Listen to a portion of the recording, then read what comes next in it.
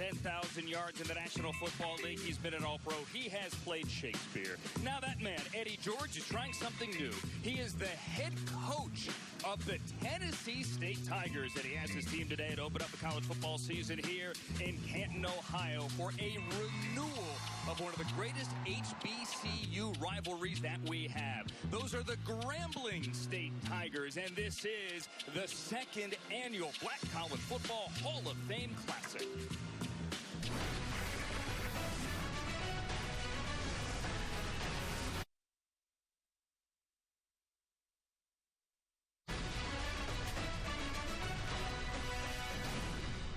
We are on hallowed ground here in Canton, Ohio, the birthplace of our professional game. And since 2019, the home as well of the Black College Football Hall of Fame. I cannot think of a better way to open up the new college football season than being here in Canton, Ohio for a renewal of one of the greatest rivalries that we have in the HBCU game, with the Black College Football Hall of Fame legends back here to see Grambling State take on Tennessee State. It is an honor to have you here with us on your holiday weekend for the second annual Black College Football Hall of Fame Classic. Along with Charles Davis, my name is Andrew Siciliano. Steve White joins us shortly on the field as well. The Blue Bloods, Charles, first time, same field, 19 years. Yeah, I love how you termed it. These are the blue bloods of the HBCUs of Black College football. They do a lot of winning, not as much recently, trying to get back there. But Andrew, we're all excited to have football back. And like Slide in the Family Stone once sang, it's a family affair. Doesn't matter whether you're wearing blue, whether you're wearing black and gold. Families here today. Combined, these two schools have 31 HBCU national championships. Eddie George is trying to start a new path for this Tennessee State team, and he's never been a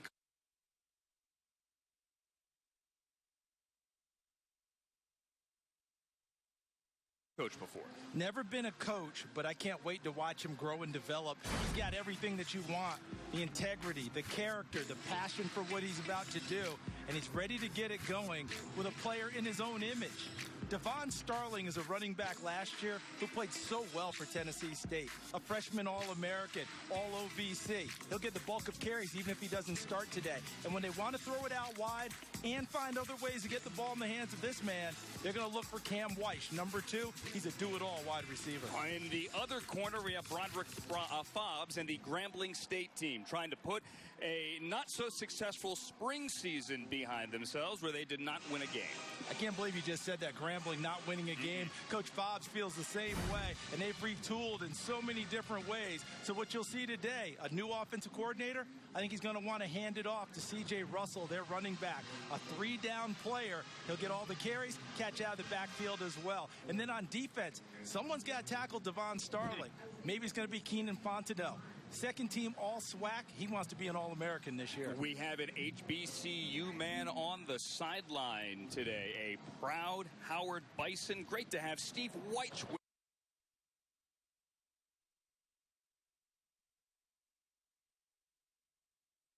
with us, Steve. Well, hey guys, I'm embarking on an HBCU tradition here at football games, and that's the marching bands staking their territory as Grambling and TSU bands are trying to blast each other out.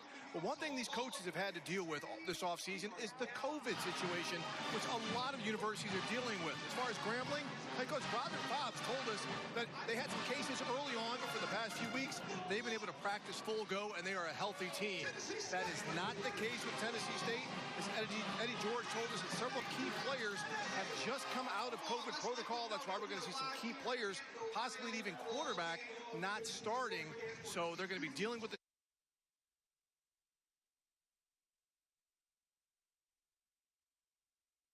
situation all season long. As one coach told us before the game, it's been a lot of chaos, but they're excited to get things going. In a weird way, despite all that chaos, this is kind of the easy part here for Eddie George, actually getting to game day.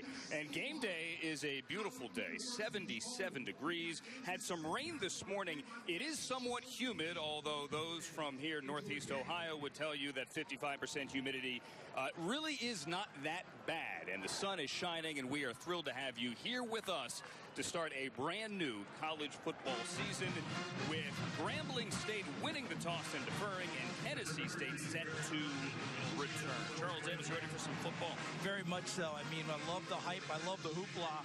But both of these programs so excited to get going. They can't wait to wash the taste out of the last couple of years out of their mouths. Yep, both of these programs want to start a new tradition of winning. Garrett Urban is set to kick off for Grambling State to open things off, and Duron Johnson, number 5, will be your returner.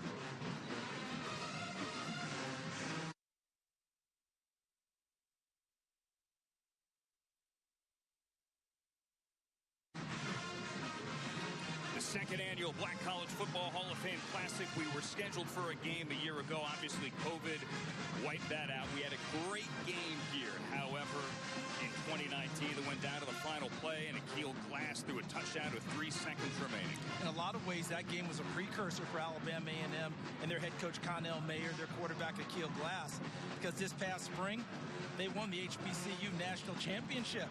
Winning the SWAC championship as well. Akil Glass, the player of the year. And we'll see Akil Glass coming up in February as well on NFL Network. I mentioned one of the greatest rivalries.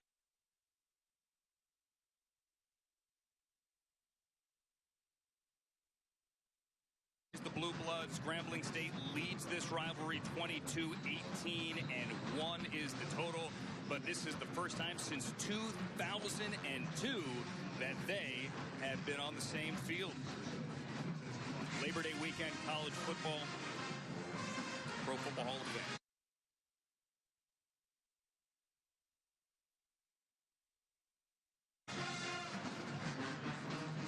Urban, right foot the ball, and we are underway. Johnson's going to backpedal, field it above his head, and we'll have a touchback to open up this game. All right, let's talk about the Tennessee State quarterback here. That, Charles, is Tucker Pope. He is a true freshman from Cleveland, Tennessee. Yeah, I got a chance to watch some of his high school tape. Got a chance to check out some of his records. You know, in high school, 20 touchdowns, 7 interceptions as a sophomore, as a senior, as a sophomore.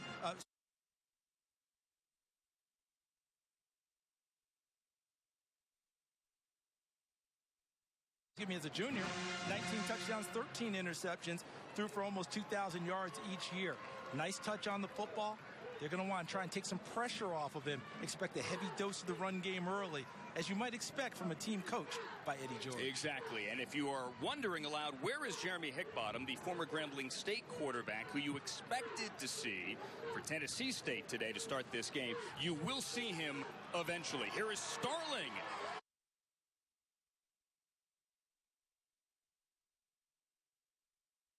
And he's the guy that Eddie George wants to run a lot today. 11 yards on first down on the very first play of the game. As we look at the Tennessee State impact offensive player, Starling is certainly one of them. Yeah, and we talked about Cam Weishin, our open to wide receiver. They want to get the ball to him any way possible. Starling, the star running back, you just saw him.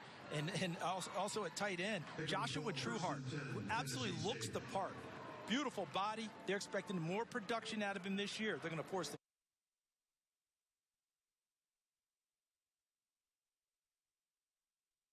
football his way. Starling is a Memphis transfer. And he's going to get another carry here. And Devon Starling running well to open up this game.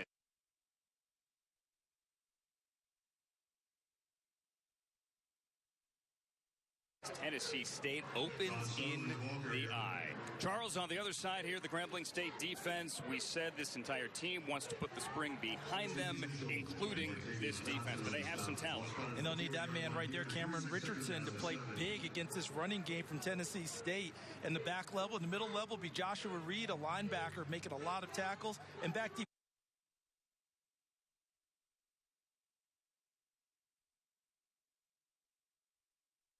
Quincy Mitchell, their safety, he sets the whole defense. They call him the commander. He gets things going. The commander. Wish he put his mouthpiece in, Don't dangle it, young man. Put that mouthpiece in. Take some of the pressure off of those hits. Yes, safety first. A lot of motion here from this Hugh Jackson offense. And here's Pope on his first passing attempt, taking a seat. He's blitzed and sacked by Brian Powell. You mentioned as he's a freshman. Pope, first time throwing it downfield. Watch his eye level. Instead of staying downfield, he immediately sees the pressure from Joshua Reed, 33, and his eyes come down and find the pressure. No chance to find anyone downfield. Grambling State, known as an aggressive defense under Everett Todd, they're trying to get back to those ways, and they did it early in this one. Reed and Powell and Sundiata Anderson all converged around the quarterback, and that knocks him back to the 31-yard line. And it is now 3rd and 16. Tucker Pope, the true freshman from Cleveland, Tennessee, is starting this game.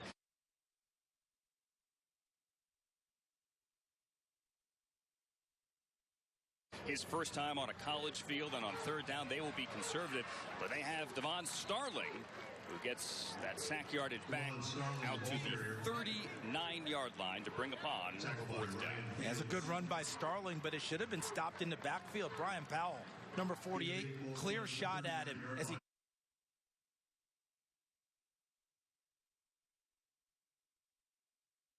got the handoff, unable to bring Starling down.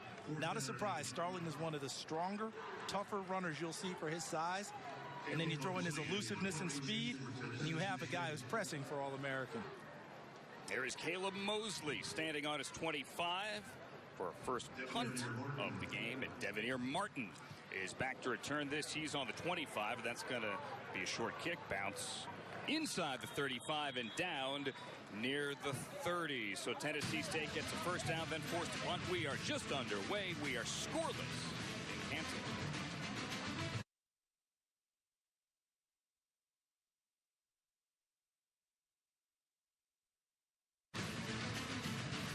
Welcome to all. First quarter here in Canton, the Black College Football Hall of Fame Classic. The Grambling State defense forces a punt and now turns it over, Charles, to Elijah Walker. Yeah, Elijah Walker now the starting quarterback at Grambling. Jeremy Hickbottom, who was the starter for most of last year, now Tennessee State Tiger. And they will start this game on the ground for this new look Eric Marty offense. We'll get to that coming up in a second. C.J. Russell with that first carry. Talk about the impact players. He is one of them, a 3-down running back. DJ Clark operate out of the slot as a receiver, and Darrell James, a senior tight end. They're expecting to get the football to him a little bit more in the passing game. He's wearing number 80. He should get a lot of work here today. As you see Walker looking at the sideline for the play, they're going to use a lot of tempo today. You may see a Grambling State snap every 14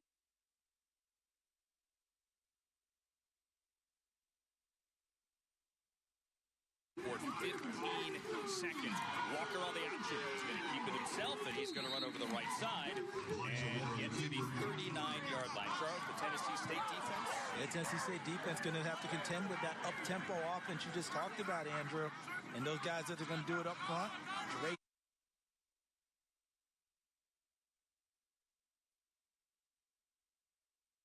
Jones, big defensive tackle, and the Green brothers, James at linebacker, Josh at safety. All right, wearing 8 and 6 respectively as Walker here with the carry. Walker, if you include the sack total, didn't have great rushing numbers as he made 2 starts to finish last year's season, although they're hoping to throw all those numbers out from last year and start here renewed. Roderick Fobbs really didn't want to talk about the spring. We are already past it. Walker to the outside. Oh, that's a nice spin move there by Kobe Ross for a short game. A lot of quick hitters we expect today from this Marty offense. Yeah, I would expect that from actually both offenses when they do throw the football, but especially from Eric Marty early. Try and get some confidence in Elijah Walker, get a few completions, and get out to their dynamic wide receivers, hoping they can make a move. One of those spin moves that'll shake them free in the secondary. Kobe Ross had 13 carries in the spring. That is his first of this new season. And here's another carry for C.J. Russell, the 6th leading rusher in Louisiana high school history. As a senior, he rushed for 2,800 yards and did so in only 10 games, which is just absurd. Absurd. Kind of mind-boggling, isn't it? That means he's in great condition, too. Take every carry that you give him, not turning down any chance for yardage. Opening Grambling State drive, balls on the ground. And Walker's going to fall on it.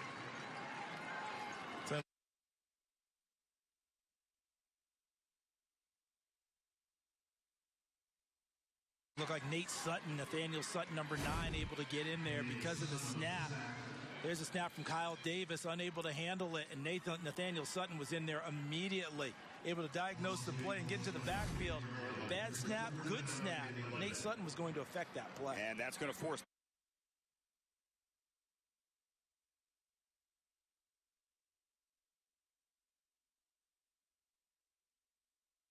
the punt, and Garrett Urban is now out, and once again it is Johnson back for the return.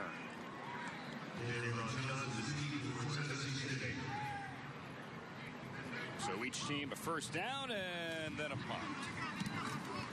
Urban with a decent kick. Johnson backpedals. He will field at the 12. Johnson gets a block. Has some room over the right side. Deron Johnson. Midfield. And in to Grambling State territory. There's your first big play of the game, and Tennessee State gets it on special teams from Deron Johnson. Watch the block right there. An excellent job. Number 7 for Tennessee State. That was Kenyon Andrews with a backup linebacker. What a terrific play. Knocking that down and creating a lane for Deron Johnson to get down the sideline. Eddie George is being mentored by his coach in the NFL, Jeff Fisher. Jeff Fisher. What was Jeff Fisher known for? Special teams play. Not just the trick stuff, but the great fundamentals. As Eddie George likes to say, we're not going to call our team special teams, we call them special forces. We want to be we're not going to call our team special teams, we call them special forces. We want to be offensive with our special teams and create some great momentum for our offense, and they just did it on that punt return. With Deron Johnson, man, they call Fat Cat. We're not going to call our team special teams, we call them special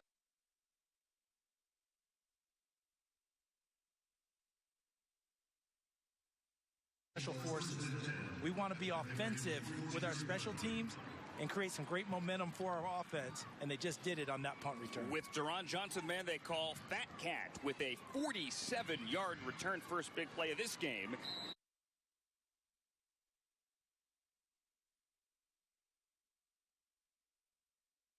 For those Tennessee State Special Forces, taking it into Grambling State territory, 42. With an experienced quarterback, you might expect him to take a shot here with momentum. I expect him to keep it on the ground and try and keep pounding the state defensive front of Grambling. If they take a shot, look for Cam White, number 2. But you're right, Charles. It's Starling hit the backfield and drop for a 5-yard loss. Really nice play by Sundiata Anderson, number 9, coming off the defensive end. Watch to the left side of your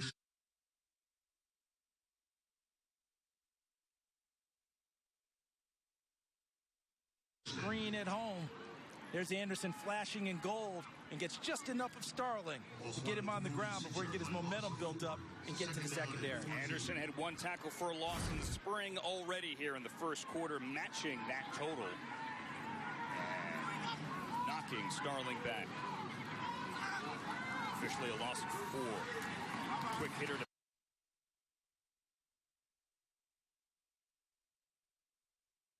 Perry to the outside with our first flag of the day. That is Vincent Perry, the University of Tennessee transfer. Our referee today is Reggie Smith. Reggie the Ref, as he is known by some. Worked the Big 10, worked the Big 12. Looks like he's signaling, put words in his mouth, offsides. And if it is, it's because of alignment, not because they jumped. No, I think if they're saying this against Grambling, it'd be alignment. Encroachment. Offense. Number 77. 5-yard penalty. Second down. And that's on Jalen Gupton, the left tackle. He's way out there. He's the third one in from the bottom of your screen. The big guy, and he's lined up ahead of the football. Say again, it wasn't him jumping.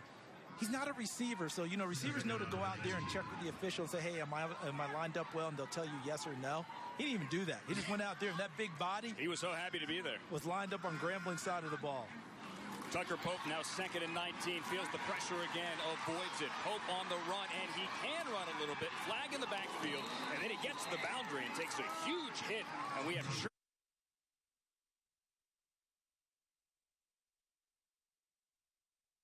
already as Keenan Fontenot delivered that hit right in front of the Grambling sideline.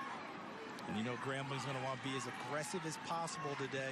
Their defensive numbers way down last year from what they're used to having under Coach Everett Todd.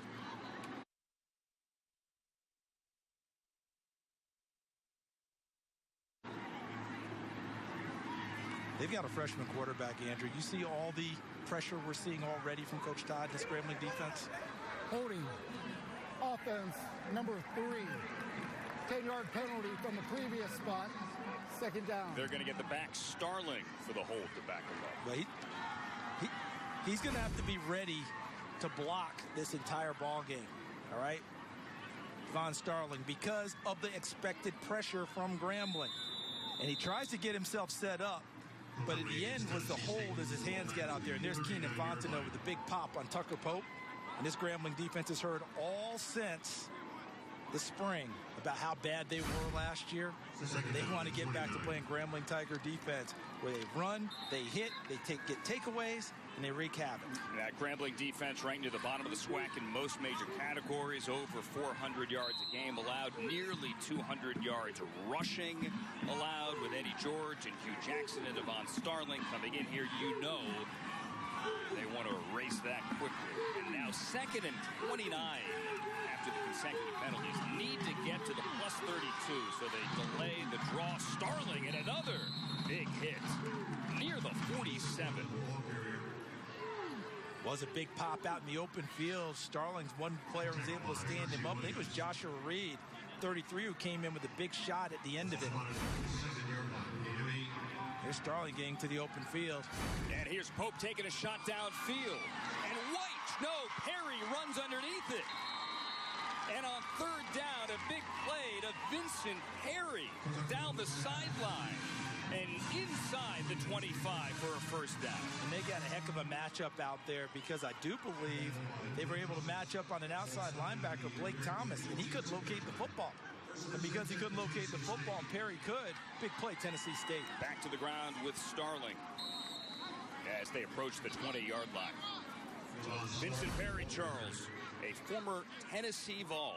So the corner jumps up, and then as you look at the end, nope, it wasn't Blake Thomas, 23, that was Fontenot. They're well-decorated defensive back. He could not locate the football in time. Perry did, and he ends up making the big play. That was vet on vet Perry against Keenan Fontenot, the senior from Lake Charles, Louisiana. 5 career interceptions, and Perry came back for that one inside the 25. And after the run by Starling for 1, 2nd and 9 with 3 receivers here to the left. Nowhere to run for Starling there. Let's go back to that throw that Tucker Pope made. Wasn't the most artistic, but because of the yardage it gained, because of the momentum they gained, a big play. How about the confidence level for him? It's got to rise, right? The young man didn't expect to be the starting quarterback here.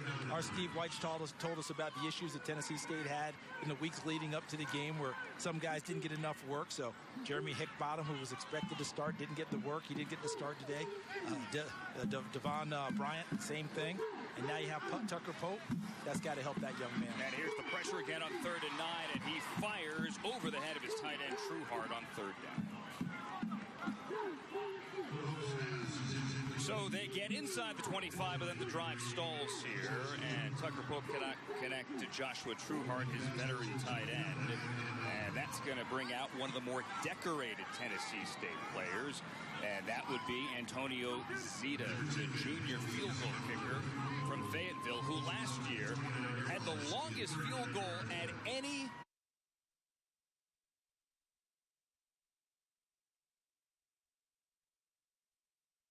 college football level. He had a 62-yarder against Eastern Illinois. Also had a 31-yarder to win the game. This is 39 yards, and this is good. And Tennessee State, after the 47-yard punt return, has Eddie George on the board, and with the lead, Anthony Zeta. It's 3-0 Tigers. At Chewy. Started in 2019. COVID, we had to give it a pause last year, but it is back. The second annual Black College Football Hall of Fame Classic here. It's a battle of Tigers, Tennessee State. Those Tigers leading Grambling State 3-0, and we are thrilled to have this ventriloquist act yet again. David Baker, president of the Pro Football Hall of Fame. Charles Davis, I'm Andrew Siciliano. How tall are you? Andrew, great to be with you and Likewise. Charles and Steve Weiss. Yes, well. and Steve on the sideline. Welcome to Tom Benson Hall of Fame Stadium. You are 6'. I'm 6. It used to be 6'9". I think I'm like 6'8". 400 pounds has drug it down. Okay. And I'm 6'5" on TV until we showed up like this. Regardless, sir, we have a beautiful day here. The sun is shining, and this is a continuation of a great idea from 2019 that we hope will continue for many years to come. Yeah, it really is great. And there's so many things that surround this besides just football and the bands. We had a college fair for the historical black colleges. We had a social justice panel that was spectacular. We had a gospel night last night down at Centennial Plaza, which has your name in it as one of the 25,474 players that played in the first century of the NFL. It's a great weekend. I certainly hope that they were singing for my soul, because I need all the help and sanctifying I can get. So. You know what? They were doing that and more. I appreciate promise that. you. Thank That's you so great. much. But thank you guys on the NFL Network for joining us. This is just a spectacular event. We hope to keep growing it every year. What does it mean to have these two programs with such a storied history in this game? Yeah, these guys obviously have more championships than anybody else in the HBCUs. And we had President Gallo and President Glover here. And it's just a great program.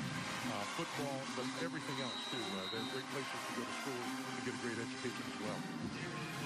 And this is, as we said, something we hope to continue for a couple of years here as well, with a good crowd and so much history, with the Black College Football Hall of Fame now housed inside Canton. Yeah, we are really proud of that, because there's a lot of wonderful stories. And just like the stories for our Pro Football Hall of Fame teams, they can encourage new generations. I had the opportunity to talk to both Tennessee State and Grambling yesterday, and I got to tell you, there were some beautiful, disciplined, handsome, sharp young men in that group. And when I left, I was encouraged for America, because I hear from a lot of people that they need good employees. They need to be looking at these schools and the other schools in the historical black colleges. Grambling calls their first timeout of the half. So Broderick Fobbs will take a 30-second timeout here as his team... Full media timeout. Okay, we'll take a full media timeout. We'll be back with David Baker, president of the Pro Football Hall of Fame, after this little confusion here on the Grambling sideline. Every head coach at Grambling told us he had never been to Canton, Ohio, brought his team here yesterday. Charles Davis, Andrew Siciliano, Steve White here at Tom Benson Hall of Fame Stadium with the president of the Pro Football Hall of Fame, David Baker. You know, when you see that tape of the team visiting, you think about Grambling and Tennessee State. It's a college football game, but their impact on the NFL and the Pro Football Hall of Fame is pretty significant. Grambling 4 enshrinees, Tennessee State with 2. Well, and this year we enshrined the first contributor to the National Football Pro Football Hall of Fame, who was Bill Nunn. Bill Nunn, and great who scout. really went to find all these guys and started the Pittsburgh dynasty.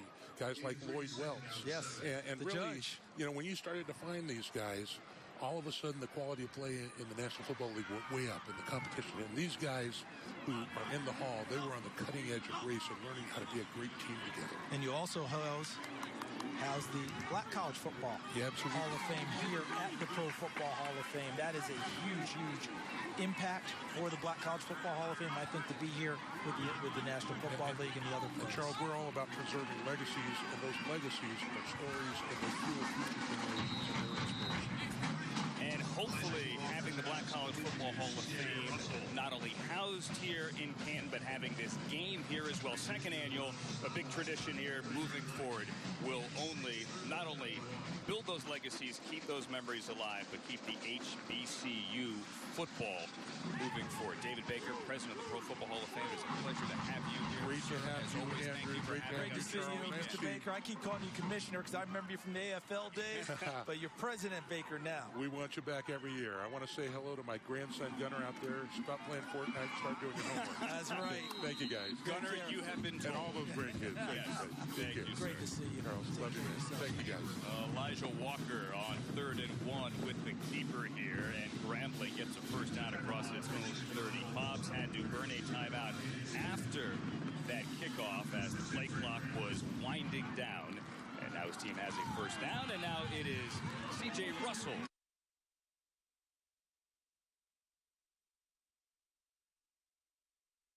Veteran back with another kick. And you notice while we were talking with President Baker, watching Grambling, there's a little fitness start there, right? They had to take the timeout, as you identified, because the play clock was running down. But since then, if you notice how the tempo has changed a couple of times and what Grambling has done. They've gotten up to the line of scrimmage quickly. They've gone back and huddle. The quarterbacks come to the sideline to make sure he got the play correct.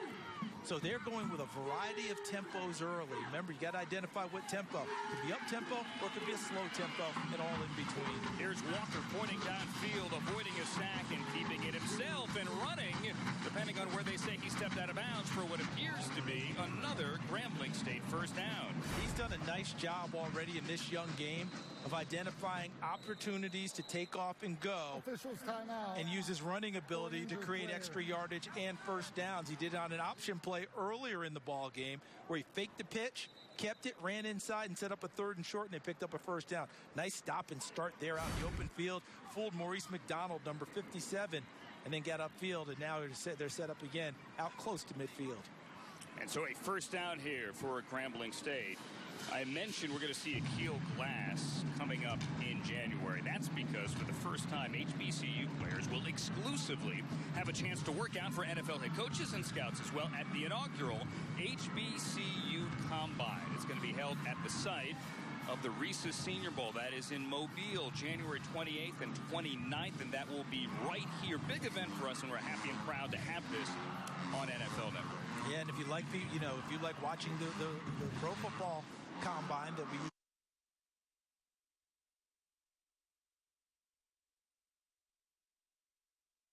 bring to you from Indianapolis, you're going to like watching this one as well. Same type of testing, same type of athletes getting up and down the field, showing their wares.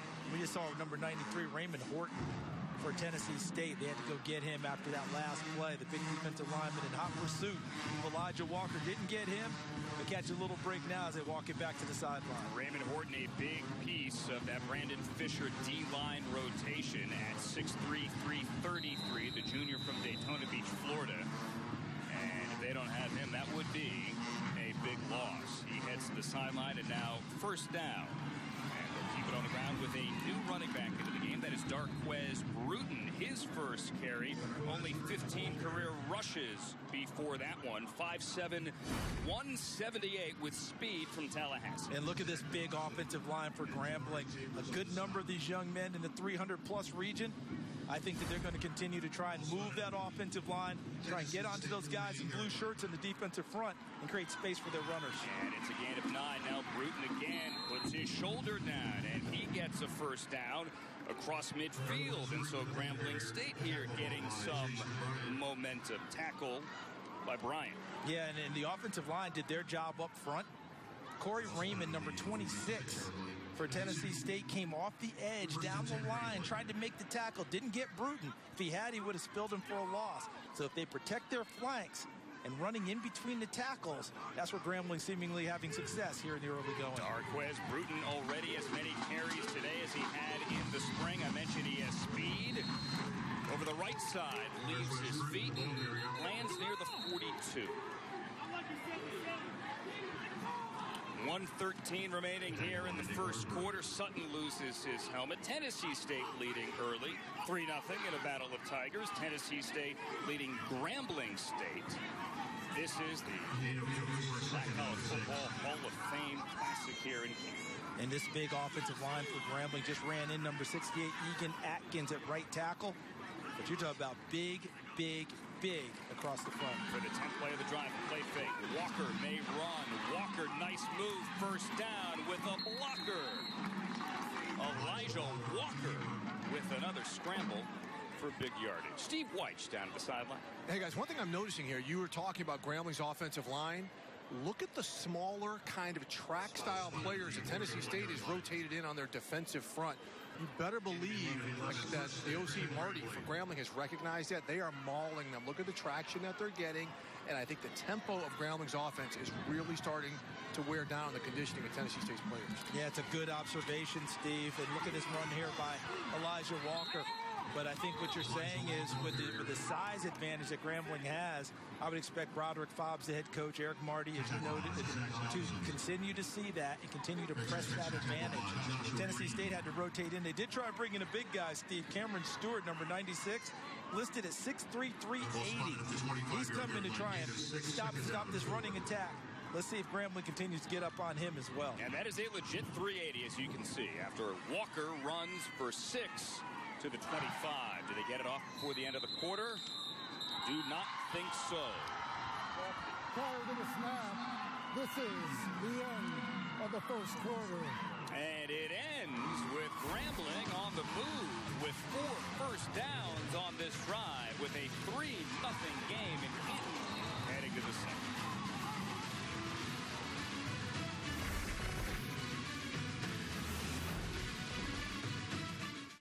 Quarter here in Canton. Tennessee State leading 3-0 on the Anthony Zeta field goal. These two schools have put nearly 250 players into the NFL, including Anthony Levine, Tennessee State alum, Raven safety, watching at home.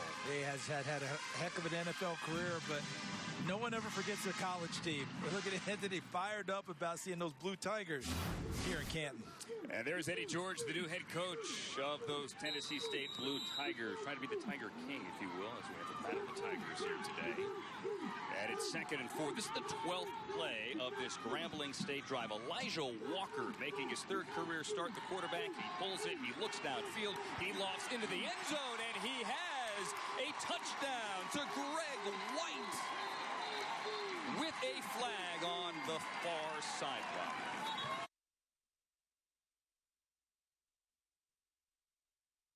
I think it's going to come back, unfortunately, against Grambling. An eligible receiver downfield on the pass. Offense number 77. 5-yard penalty. 2nd down. They're going to get Tyler Thomas. Tyler, yeah, the offensive guard at right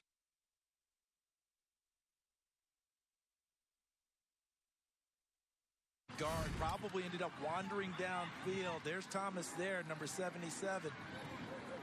And he ends up wandering downfield instead of staying at the line of scrimmage. And it was a beautiful throw, beautiful catch, because the route for Greg White, he was looking upfield down the seam, looking over his inside shoulder. But Elijah Walker saw the opening to the outside shoulder.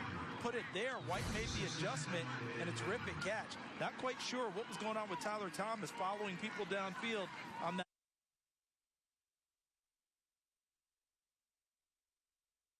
play.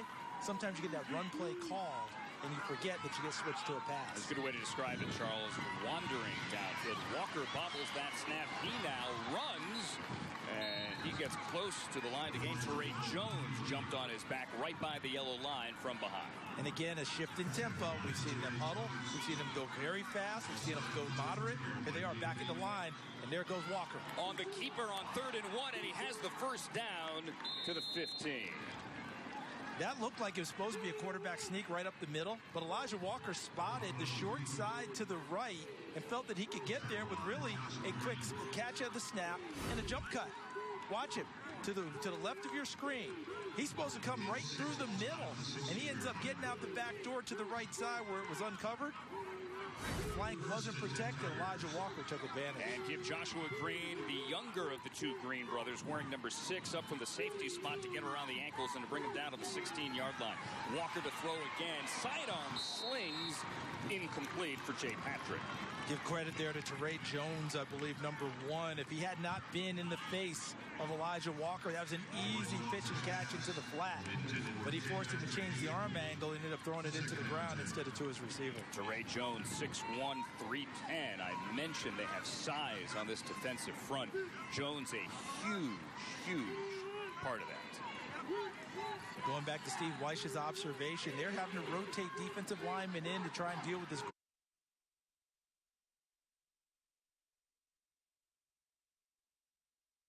Grambling running game. We're seeing a heavy rotation, but a lot of size gets lost as they go into that rotation unless they bring in Cameron Stewart. And again, a change in the tempo as well as they took their time before taking the snap. And they're Bruton gets drilled behind the line of scrimmage for a loss by Nathaniel Sutton. That's his second big play behind the line of scrimmage in this game so far. One on a bad snap that Elijah Walker had to pick up on the bounce. This time, able to knife into the backfield and spill the play. To bring us to the 15th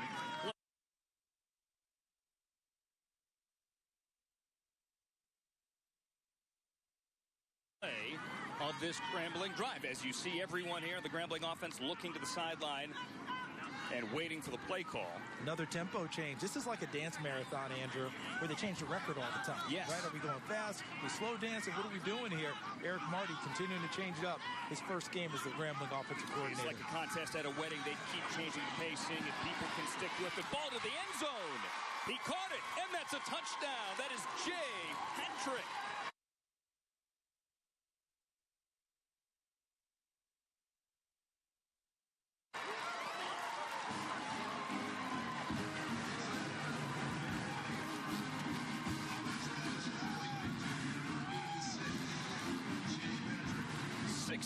Plays 87 yards on that drive. Did Jay Patrick get the feet down? First foot. Oh, yeah, that's a touchdown. That's a touchdown. His left foot, inside foot, comes down. But he gets a really favorable matchup. He ends up going against James Green, their weak side linebacker. And a beautiful ball by Elijah Walker. Put it up over the top of James Green so he can't make a play on it. He had his back turned. Touchdown, Grambling. And now Urban for the extra point. And Grambling State marches down the field for Broderick Bobs and takes the lead 7-3 here in Canton. If DJ Citizen 7-3, the Grambling State Tigers lead the Tennessee State Tigers. That man is Jay Patrick. 18-yard touchdown. Jay Patrick, a senior from Detroit, Michigan, by way of the College of the Desert in Palm Springs, California. Caps off a drive that went 16 plays. Started on the 14-yard line, and Charles Davis took up 7-14. Yeah, I thought a lot of really good plays by their quarterback, Elijah Walker, whether it's with his legs, his arm, or his mind. Being able to see things and create plays. That quarterback sneak that turned into a little run off the edge, that was all him. Recognizing that opening there, creating that yardage. And he actually had two. Play clock, please. 25 seconds. He actually had two touchdown passes on the drive. He had one to Greg White that was called back because of penalty. Undaunted, finds Jay Patrick on the business end of his throw. Walker making his third career start, finished last year, the last two games for Grambling State after Jeremy Hickbottom, who we do expect to see later for Tennessee State, enter the transfer portal. And now Urban is set to kick off. It's a very, very short kick, and it's fielded fair catch near the 20. Why not? By Perry. Here's that catch. 1 foot. That's good, even though we're on NFL Network. 7-3, Grambling State with the lead.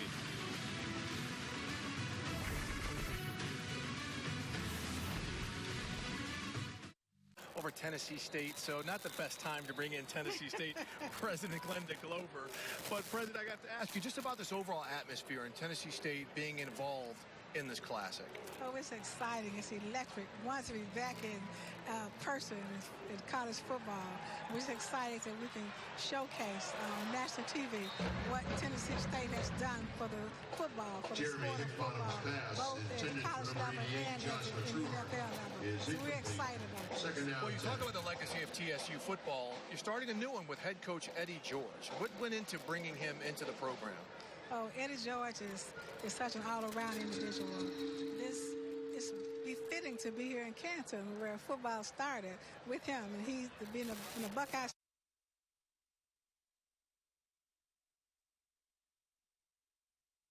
State himself, where he came to national prominence. So this just means so much to, again, showcase his talents at a different level now in the coaching world. So we're excited about that. So you're an HBC graduate, as am I. You know, we're very proud of our university. We have the same colors, even though different schools. But why should students and student athletes make HBCU schools like Tennessee State their first option? 30 seconds in range. HBCUs have been so meaningful over the years for African Americans and others. So it should always be their first choice. We shouldn't have to try to convince anyone to go to an HBCU because we were here when no one else was. So HBCUs, you go to an HBCU to get, for one reason, that's to get a quality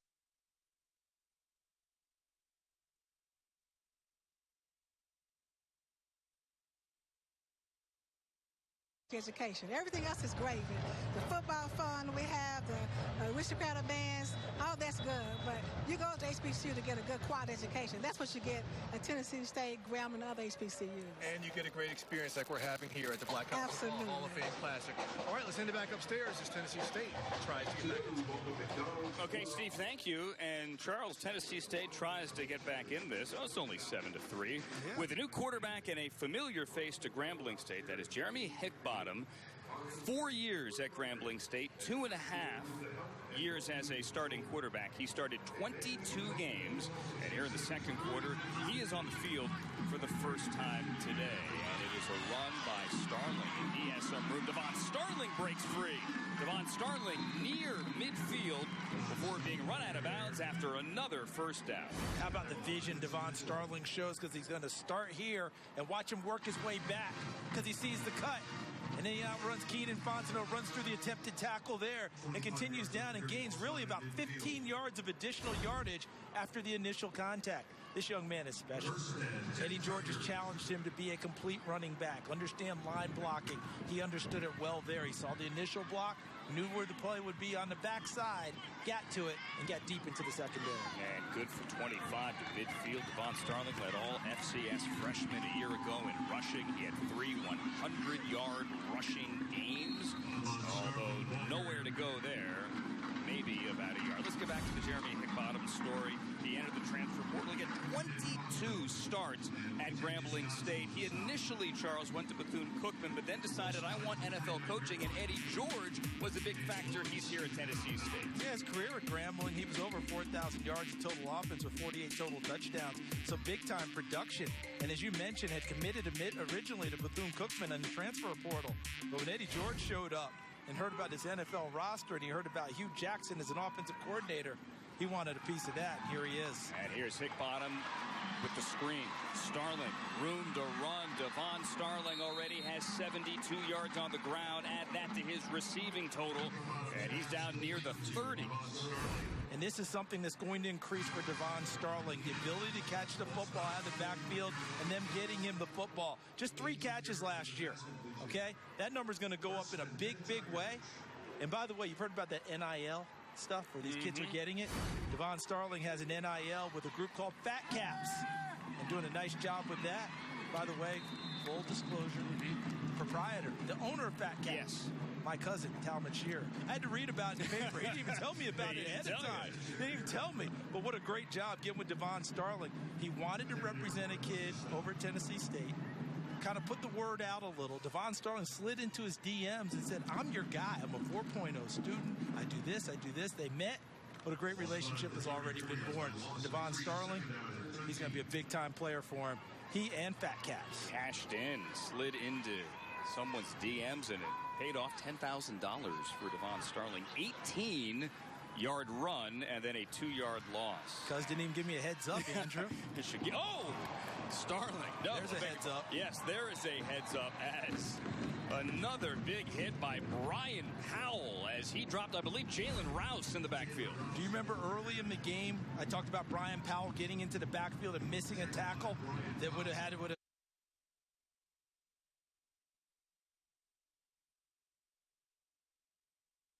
got him on the ground? Brian Powell said, okay, missed 1, not going to miss 2. Excellent job getting there, squaring up the runner, and dropping him on the deck. 21 total tackles in the spring season for Grambling. Brian Powell came today with an attitude, and he's made a couple of plays early as Jalen Rouse checked in for Starling there. He's their speed back, their home run back, if you will, but that loses 5 and sets up 3rd and 17. You know his name we haven't called yet for Tennessee State? I'm going to guess Cam Weish. Cam Weish, the wide receiver. Can they get the ball to him with Hickbottom? Might be a free play, but they're going to blow it dead. Blew it dead because they thought that the defender had the advantage getting to the quarterback. So they blew it dead for safety reasons, I think. A referee Reggie Smith.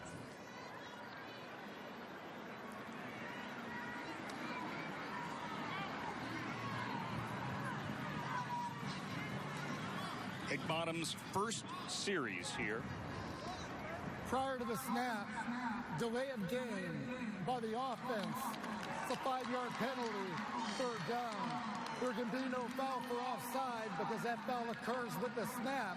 Since the snap did not occur, delay is the only foul. And there's Hugh Jackson, the offensive coordinator, former head coach of the then Oakland Raiders, now Las Vegas Raiders and Cleveland Browns, his first year here at Tennessee State. He's trying to get these quarterbacks ready to go, and most of them haven't been around for a lot of the preseason. Thus, Tucker Pope got the start today. Jeremy Higgbottom, the Grambling State transfer, now in the ball game. And he's just getting some last-minute instructions, but they have not found Cam Weiss yet in this game. And that dynamic guy has to touch the football. He is wearing number 2. Higgbottom hit as he throws over the middle, and it's caught. No, then dropped by Johnson on the ricochet. It was an incomplete pass, fourth down. Not sure why we needed that announcement, but, you know, okay. Quincy Mitchell had the play, number 5, the safety in the middle of the field. He had the play, I believe, initially, and then the ball bounced up in the air. And let's see who missed it on the second. There's number 5, Mitchell, in the middle of your screen, making a play on the football. There it is right there. It goes through his arms. And then there's another chance there to catch the ball by Deron Johnson. He doesn't bring it down. And there's Mitchell with the mouthpiece dangling. Guys, get your mouthpieces in. It's protection. And the NFL guys, you're not helping wearing the dangling mouthpieces. Put those mouthpieces in, guys. Last year, we had Anthony Zeta hit from 62. This would have been a 61. They opt not to kick it. Yeah, that's going to be a touchback. 7-3. Grambling back with the football when we return.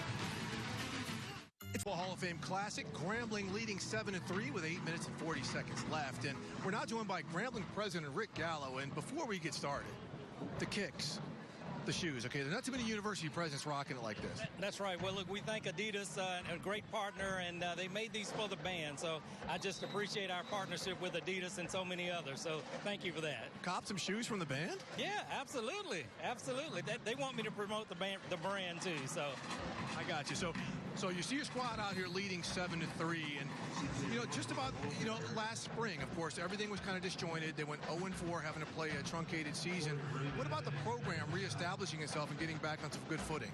Well, look, you know, I don't think any team is ever on top forever. And so the real issue is how do we rebound from that? And so, look, we've got a lot of faith and confidence in Coach Bob's. We've made some changes in the coaching staff, got some great recruits in. And, look, we're just really excited about where we are right now with our program. And, again, we think Coach Bob's and his guys are doing a great job. Yeah. We got some noise here. It looks like we got a big play. Interception. Sorry to break that to you while we're doing this interview. Interception by TSU. But what about being here, kicking off the season in this environment here in Canton, Ohio at the Pro Football Hall of Fame?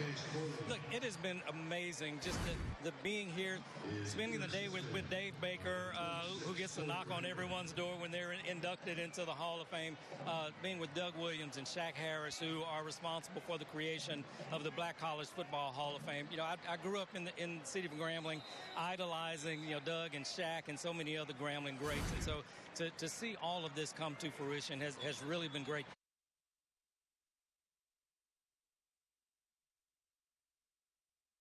And the impact that it has, you know, anytime we've traveled to other cities, we always see a trailing impact on our enrollment, students, you know, enrolling from those areas. So this is a very good recruiting tool. So we just appreciate the opportunity to be here and have the opportunity to recruit in this area as well. So you're expecting, a lot of applications from the Canton, Cleveland area next year? Oh, we absolutely are. And of course, you know, after we win this game and our band wins halftime, you know, where else could they go but Grambling, right? So here you go, the Grambling president selling Wolf tickets. We're going to replay this depending on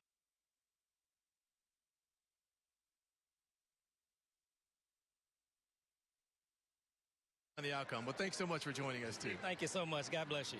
Thank you, guys. Back to you guys. All right, Steve. While we were having that conversation, Corey Raymond for Tennessee State had the interception, and then shortly thereafter, similar spelling, different pronunciation. It's Riddell Rahman with the tight end for 6. The tight end, rather. The gain is 6 to near midfield. Big-time interception. What a play. Nick Harper on the coverage against Cash Foley.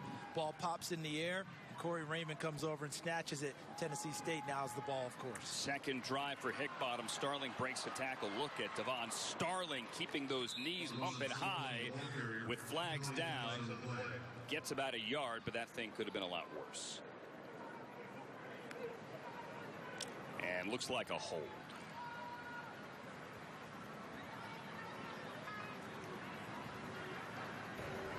Holding. Offense number 78.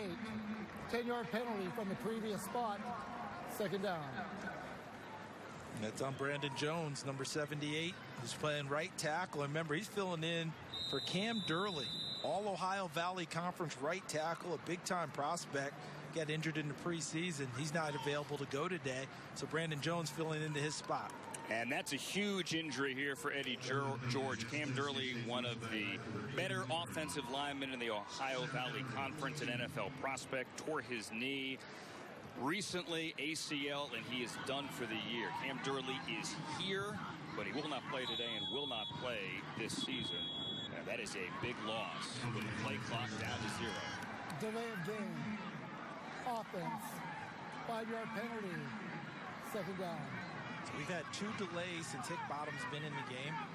Remember, Hugh Jackson, the offensive coordinator, Eddie George, head coach, told us that Hickbottom has been ill, unable to practice much in the weeks leading up to this game.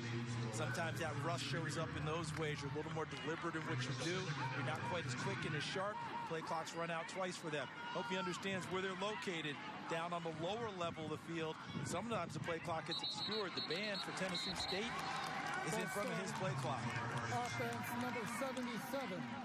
5-yard penalty. Second down. And that one's on Gupton, and they are backing up again. And that's the reason that Hickbottom did not start this game. He's the veteran quarterback. He's the former Grambling State quarterback. He's the guy to bring stability, you would think, to this Tennessee State offense. But, Charles, without the practice time, that's why they had to go with the true freshman today. Not to mention, you're also changing. It's a difference in cadence, it's a difference in huddle presence, it's a difference in snap count and what you're doing. And here they are coming out. And Hickbottom trying to find his rhythm. Now second and nearly a quarter of the field after the 5th Tennessee State penalty of the day. Hickbottom has time, and now he's going to tuck it and run. Gets a block from Starling. Look at Jeremy Hickbottom wisely slide near the 40. And did you see those gold shirts coming for him? You think they don't want to get a piece of their former teammate who transferred to a rival? They really want to get out there and put a fair lick on Jeremy Hickbottom. This has been an aggressive Grambling defense throughout the first half. We're seeing them look more like the Grambling teams we've seen in the past than what we saw this last spring. Teams built on defense, and now the band has gotten out of the way so their quarterback can see that play clock. See, the band is here for the team to win. They understand, hey, how do we help you win? Oh, we'll get out of the way. That way we don't have any more delay of games. The band is not on the field, but the band is in front of the play clock. Now 3rd and 16. Hickbottom with time. Checks it down. Johnson over the middle. Johnson room to run. He gets a block. Johnson upended, and it's going to depend on the spot. I think he got the first down. And now we got a flag at the end of it because I think we may have had some extracurricular discussions. But how about the play Deron Johnson made? This is all on him.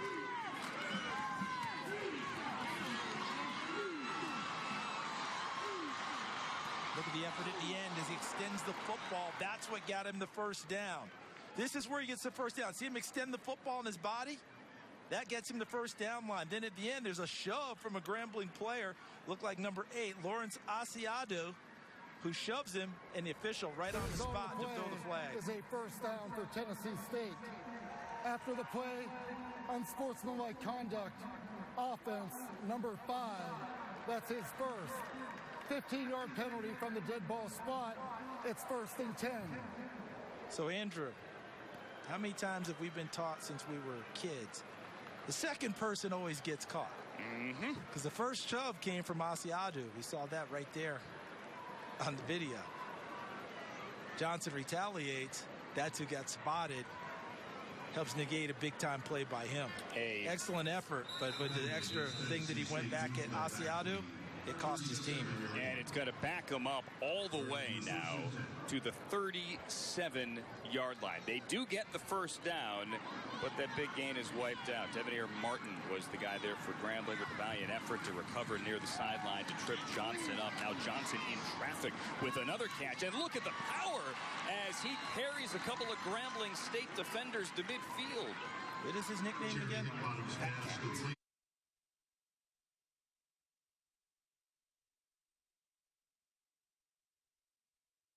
Fat Cat had some power, didn't he? What a catch in traffic. I thought the ball was behind him a little bit. He went up and snatched it and then had the power to take a few people with him wearing gold to pick up a first down. And the Fat Cat, now with another flag, gets to midfield. Full start. Offense, number 77. 5-yard penalty. First down. That's the second penalty against Jalen Gupton, who's their top offensive lineman now that Cam Durley's out. Andrew, I do really believe, though, there is something to this cadence thing when your quarterback hasn't been there. Steve Weiss, you were at Missouri, you were at Howard, you were a player. When that quarterback is not available during practice, sometimes it throws you off with a different voice, doesn't it? 100%. Look, I was on the defensive side, and it'll throw you off. And you just hear a quarterback give a harder cadence or a slower cadence when he's making the call. I'm sure Hugh Jackson is throwing some dummy calls in there, too, to get to see what the defense is doing. But this absolutely is a big reason for this. And these are costly penalties because they're getting positive yardage. And when you have to work behind the sticks on a drive like this because of those dead ball fouls, those drive coaches crazy. 8 penalties now for Tennessee State. Johnson with another catch, and he walks gingerly now, jogs gingerly to the sideline. Set up second down. They're back in Grambling territory. Well, they've got something going with him. Even though they've had these issues, Hickbottom and Johnson are connecting well. And Johnson's not just making a catch, and that's the end of the play. It's a catch and then a little bit extra. As Eddie George confers with his offense coordinator, Hugh Jackson. Again, Cam Weiss, number 2 in blue, has not touched the football thus far in this game. Bottom of your screen, but Johnson has 3 for 37. Here is number 3, Devon Starling, hit by Fontenot, maybe a gain of 2. Sets up 3rd and 5. Sorry, Charles. No, he doesn't go down easily, does he? No. I mean, it's initial contact, still spinning, still moving, still gaining additional yardage. Big 3rd down here. I want to see if Everett Todd, the defense coordinator for Grambling, wants to go with some pressure. Last time they brought some, they hit him with a big screen pass that Devon Starling made turn into a big play.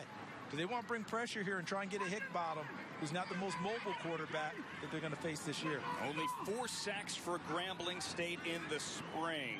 3rd and 4 now for Tennessee State. Here they come, Hickbottom. Starling, drilled. Martin right at the line of scrimmage.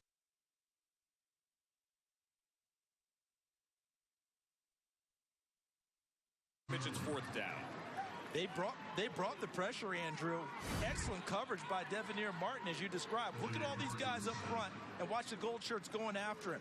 And really just a speed screen, just a speed swing pass. And Devoneer Martin, nice coverage, seeing the play in front of him, knows that he's in man-to-man with all that pressure up front. Good open field tackle. And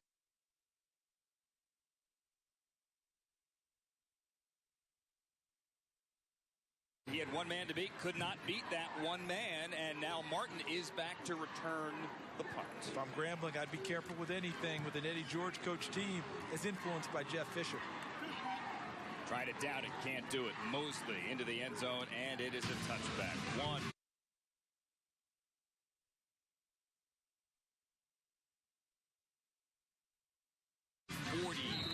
To go. See what Grambling State can do right before the half.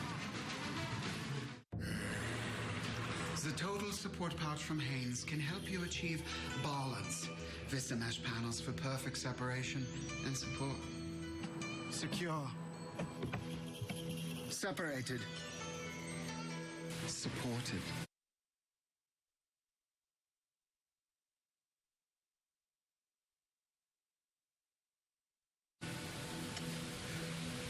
Find your balance. Vista Total Support Pouch from Haynes. So secure. I often forget I'm wearing underwear. I still am. Morning to night. If it happens on Sunday, it's on game day. We got a game. More than 12 hours of coverage. Our new home is your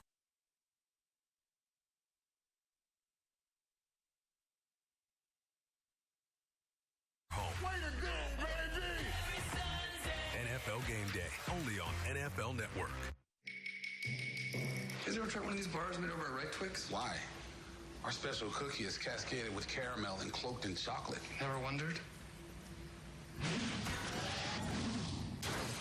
Try both. Pick a side. Twix. If you can choose to be kind to your body with this bar made with almonds, imagine what other kind choices you can make. World peace has finally been achieved. But I'm just going to Milwaukee. Or you could start by doing something small.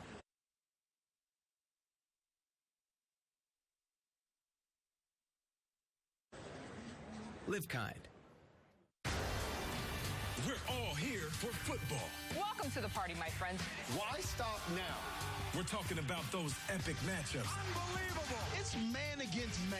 And instant classics. He caught it with 1 second left. It's going to live forever. We're here for the Thursday night throwdowns. Touchdown. Chargers win it. It doesn't get much better. Sunday morning breakdowns. He's going to add to his legacy. And all the inside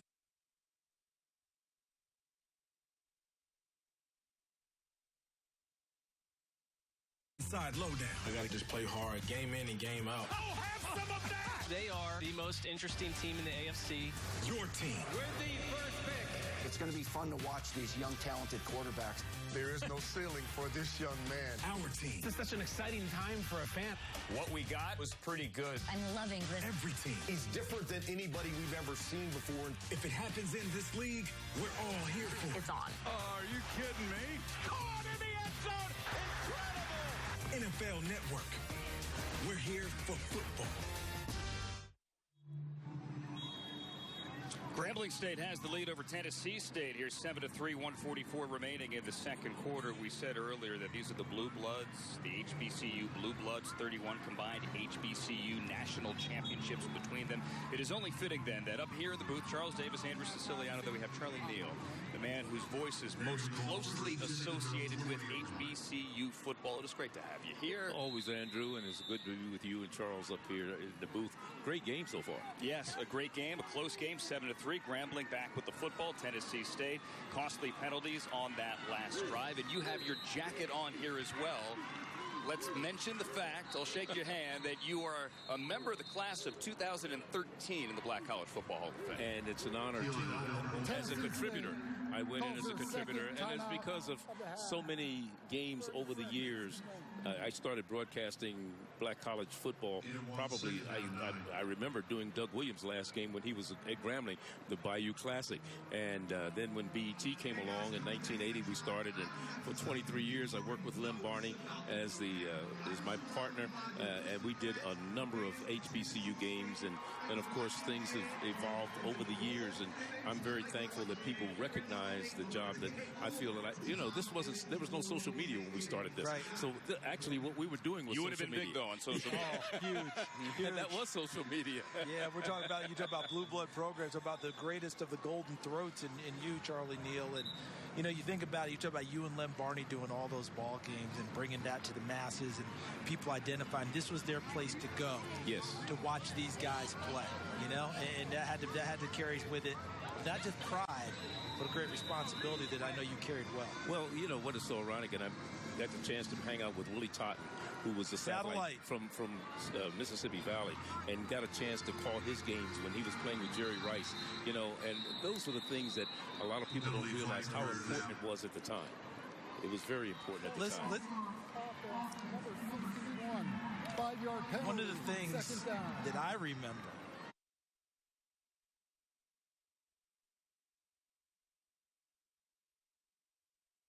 is when Willie Satellite Totten and Jerry Rice were there, and Archie the Gunslinger Cooley was their head coach. Yes. You were calling these games, and these games got so big that they had to move them from Itabena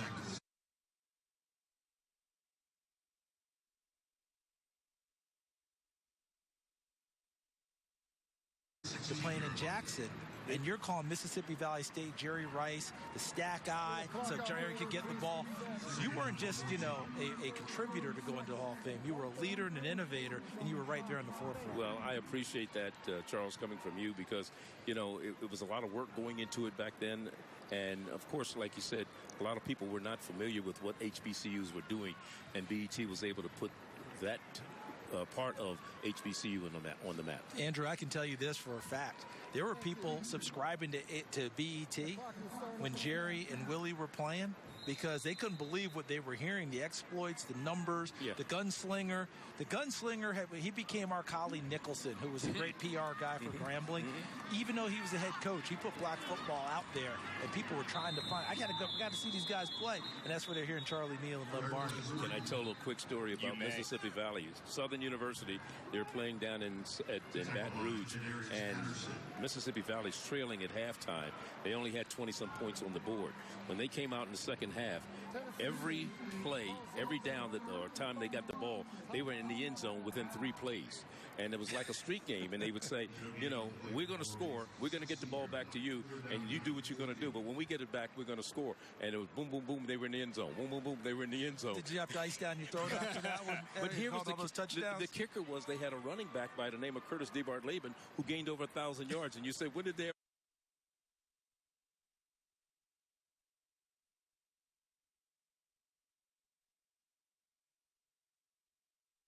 give a chance to when did he ever run it? We're talking to the great Charlie Neal here as Tennessee State burns its timeouts, trying to get the ball back 3rd and 14, 7-3 with 1:28 to go here in the second quarter. Charlie, because you so eloquently described these games for so many years, what does it mean to have these two programs here in Canton? Well, one of the things is you have to thank Doug Williams, Shaq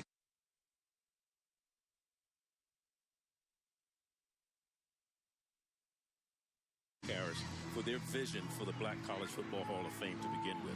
And then you look at David Baker, the president of the Pro Football Hall of Fame, who had a vision to say, hey, you guys come on in. We're going to devote a wing of the Pro Football Hall of Fame to the Black College Football Hall of Fame. And plus, on top of that, let's have a football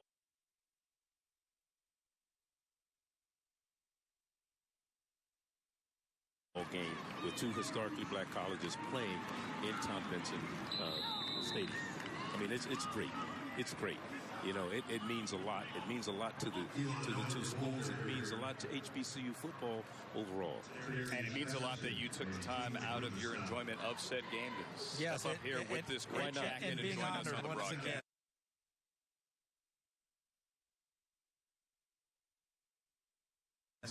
Well, Andrew, I've always enjoyed listening to you. Thank you. Likewise, sir. And I would watch back in the 80s as well, just so you know. Great to see you again. Hey, Red Zone? There you go. Well, so there you go. Thank you for watching me. I grew up watching you. All right. Thank you so much. Great Charles, to see you. Always pleasure. Mr. Hall of Famer. You guys have a great game. This is one of my mentors right here, Andrew. The Golden Pipes of one. They don't get better. Charlie Neal. Feel the bass shaking our booth here in Canton as now Grambling takes a timeout, and we'll step aside with 39 seconds left in this second quarter. Not the Gold Jackets, the Black Jackets. That's a good-looking group right here. Dr. Doom, Robert Brazil. There's Harry Carr, South Carolina State. Out here in Canton, we have scores, we have highlights and first half analysis, and the Battle of the Bands as well. That is the Tennessee State Band, the Aristocratic Bands, and the Grambling Band, the world-famed Grambling State University Tiger Marching Band. Charles, would you like to pick one? But a band? Yeah, who's going to win the Battle of the Bands? You crazy if you think I'm picking a winner in this one. I'm for both of them. But you remember earlier in the game, there was a big return by Deron Johnson to set up Tennessee State. Grambling just took a timeout to make sure their pump protection was set. 1, make sure they're not going to come and rush it. But 2, make sure you cover. Deron Johnson put them in great shape earlier in the game. That led to a field goal. Slight delay here to adjust the clock. They've added a second, 39 up to 40. Now Garrett Urban is standing on his own 4-yard line to punt. And Deron Johnson, who had a 47-yard punt earlier, is set to return. Urban runs some time off the clock and then shanks one low line drive that bounces out of bounds near the 40. Let's see where they mark this. That should be way up the field. I agree with you. From where that went. That was supposed to be that rugby punt, but you've got to keep it in bounds and give yourself a chance. And that one was not good at all.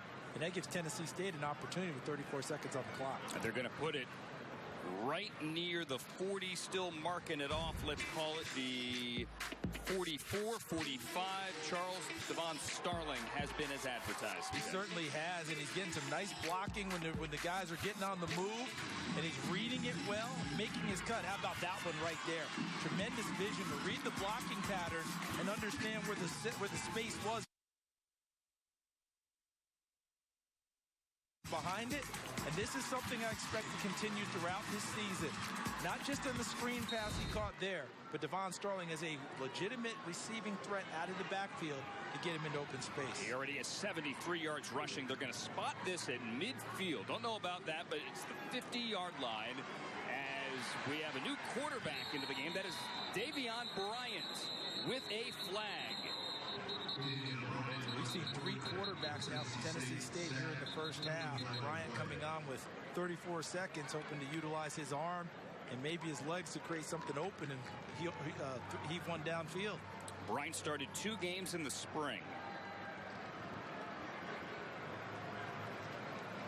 Reggie Smith, our referee. I think this one's on Grambling. Personal foul, face mask, defense. 15-yard penalty from the previous spot, automatic first down. The clock will start on the snap. Davion Bryant from outside Chicago. As I mentioned, 2 starts in the spring, threw 2 touchdowns, ran for 3 more, and Jeremy Hickbottom, who played the majority of the second quarter, the former Grambling State quarterback, now watches on the sideline. 28 ticks to go. Tennessee State out of timeouts, but in Anthony Zeta field goal range right now. Bryant steps up, ball deflected at the line, and falls incomplete with 23 on the clock. Who's the one who got in there and got that? Was that big 99 for Grambling, Martavius Dotson? Take a look there. You see Blake Thomas, 44, Quincy Mitchell, 5, and there's actually inside Joshua Reed, number 33, the linebacker, bringing pressure and then elevating. Grambling's put themselves in a tough spot, Andrew, because the punt didn't go as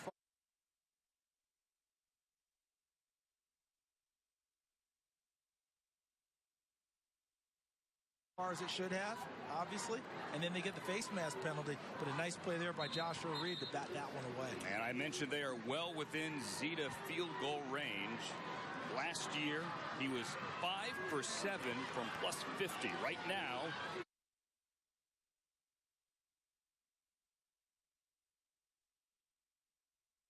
it would be a 53-yard attempt. Play clock winding down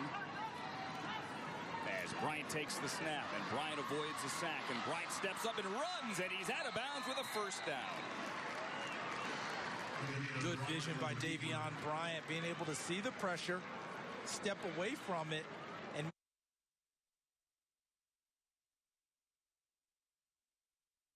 made a quick and decisive decision to go. Watch the quarterback on this play. He's going to see the pressure and then watch him look and move to the left. There's the lane, sees it, and then uses outstanding running ability to get over the sideline, pick up the first down, and get the clock stopped. And get a gain of 11 and a new set of downs to the 24. 16 seconds to go. Again, Tennessee State does not have a timeout. That is Broderick Bobs, the Grambling State head coach, hoping his defense can make a stand here with a lead 7-3. Going to throw one up to Cam Weiss, number 2. Put him out and put him into the end zone. Take a shot at it. Man, play clock is at 0 again. Another young man who has not practiced much in the weeks leading up to the game.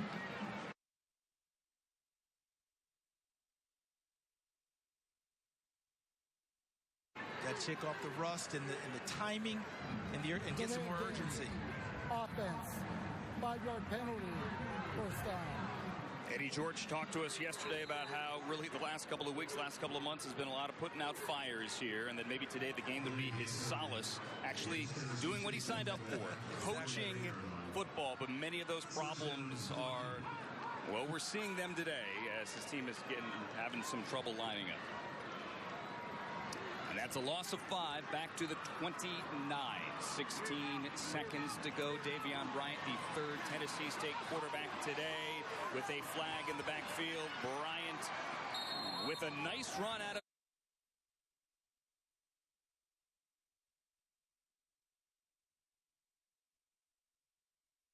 bounds near the 20 with 8 on the clock, but that flag is in the general vicinity of what is normally holding. And they ate up 8 seconds on the clock. So now you got to see where the ball is spotted. You mentioned the big leg of Zeta. Holding offense, number 78. 10-yard penalty, first down. Second time Brandon Jones has been flagged today. So this is where you have to see where the ball's spotted. No.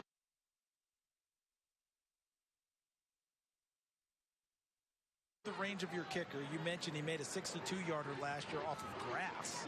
So on the turf, you would expect him to have even more distance available to him. But the big thing is you've got to run a play and be able to run it in an amount of time where you can either get down, get out of bounds, and leave enough time to get your field goal unit out there. That is the 10th Tennessee State penalty today. And another costly one to back him up. 1st and 25. The 25 not really significant. The clock is 8 seconds to go. Bryant's got to let it go. He does, to the sideline. Incomplete. Martin on the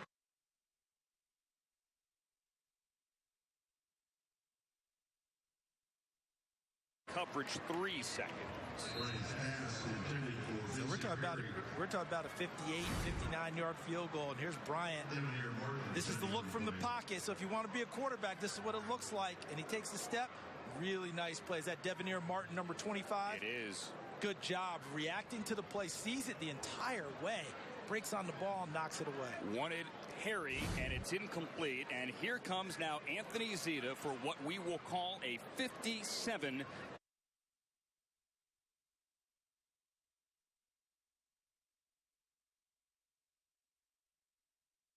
Yard field goal try. The junior from Fayetteville, Tennessee, was 5 of 7 from 50 and beyond a year ago. He hit a 62-yarder. Zeta falls short. This is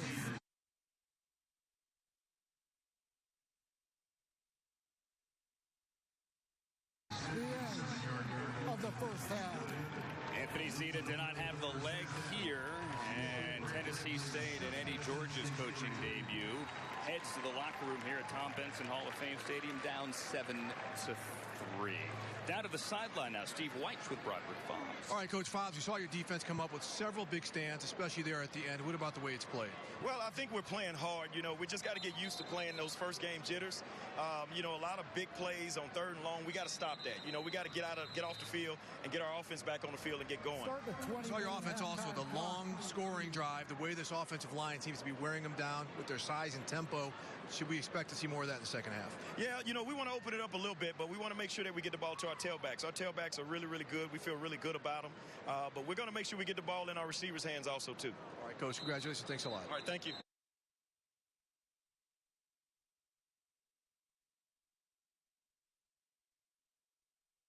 Andrew. All right, Steve. Broderick, thank you. 7-3. Grambling State has the lead over Tennessee State. Coming up, the Battle of the Bands, the world-famed Grambling State Tiger Marching Band and the Aristocrata Bands. Don't go anywhere. If DJ Citizen James. Football Hall of Fame Classic here in Canton, Ohio, where Grambling State leads Tennessee State 7-3. And now let's have time for the Tennessee State Aristocrat of Bands, the marching band from Tennessee State.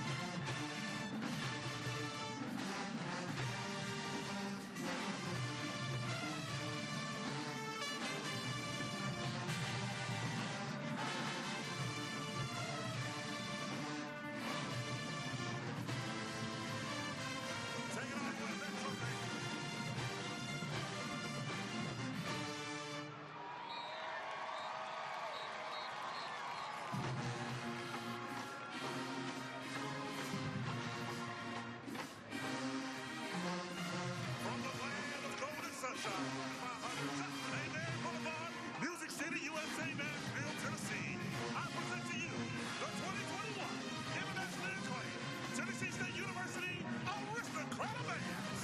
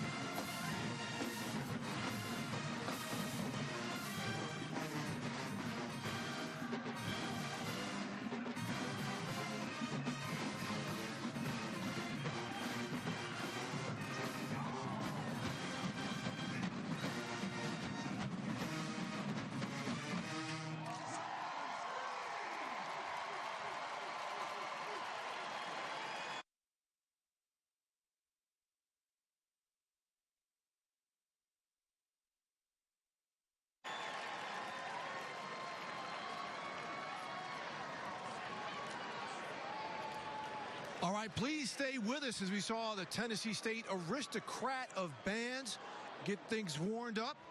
And meanwhile, we're waiting for the Grambling State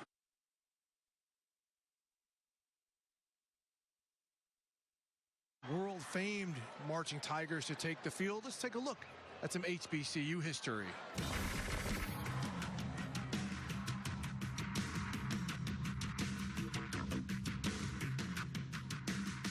And Claude Humphrey, stalwarts from Tennessee State, who went on to the Pro Football Hall of Fame. And for Grambling, let's take a look at some of their legends. Buck Buchanan, Willie Davis, Willie Brown, and Charlie Joyner, members of the Pro Football Hall of Fame.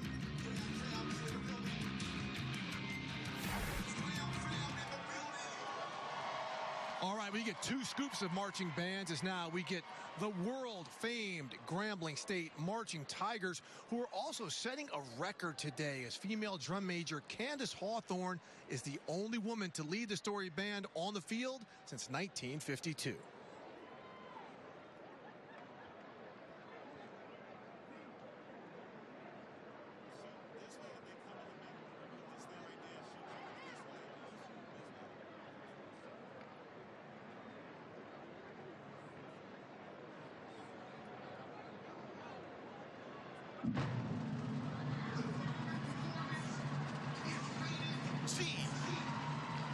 The first female drum major in over 70 years. I see you, Candace. Chemion, I see you. Deontay, 3 of the best to ever do it. Canton, Ohio, this is the moment we've all been waiting for. Since 1926, this prestigious, electrifying, multi-talented band has performed in nearly every major stadium across the world. Africa, Tokyo, Spain, from the U.S. coast to coast, and the NBA All-Star Game. BET to stadium seats, the hall to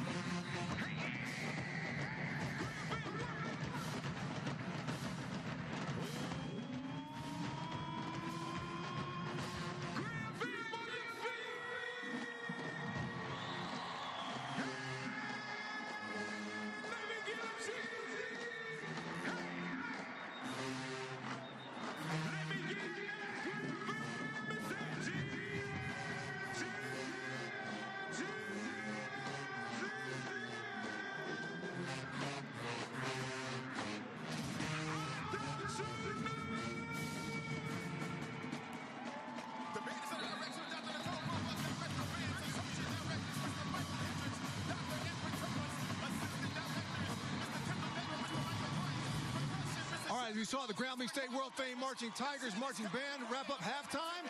We'll be back after the break with Grambling State leading Tennessee State 7-3. The kickoff here at Tom Benson Hall of Fame Stadium, the second annual Black College Football Hall of Fame Classic. Charles Davis, Andrew Siciliano with Grambling in the lead here. Charles, and getting the ball to start the third quarter. Yeah, and what a way to get, a good job for them, because they were able to shut them down early in the first half, and then that one long drive culminating in a touchdown pass from Elijah Walker to Jay Patrick. That's been the difference in this game. Grambling's defense looks like they're back, they're aggressive, they're getting after it, but they have to make sure they continue to tackle Devon Starling.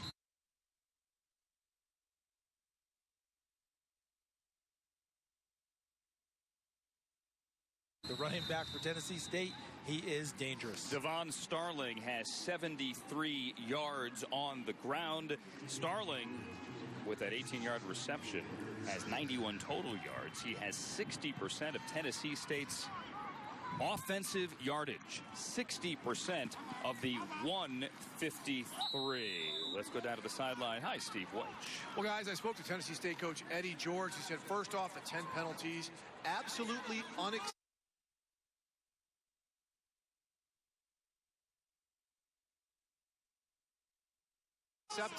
And I asked him if he was going to rotate quarterback still. He said they're still assessing. They're going to open with Jeremy Hickbottom, the former Grambling quarterback, and see how things go there. But they said one of the big problems they've had is getting the play into the quarterbacks and have them communicating it to the rest of the players in the huddle. They've got to get that ironed out. He said they had a lot of conversations at halftime.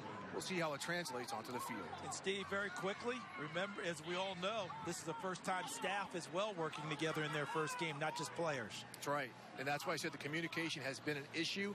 That needs to get better. He said what happened in the first half is on the coaches, not the players. Well, Brandon Fisher has to be happy with that, because his defensive unit gets a sack here to open up the third quarter.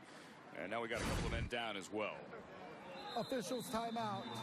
Look to the left side of your screen, and right away, very quickly, running right through the attempted block was number 5, Tadarius Patterson. Tremendous pass rush.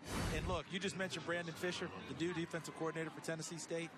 You think he's not going to bring a little more pressure here in the second half, force the issue, make Grambling make plays against them, not let them sit back and make plays against his defense. Brandon Fisher last year with Auburn, a longtime NFL assistant as well. His father, Jeff Fisher, former head coach at the Titans and the Rams, is here advising Eddie George in the building.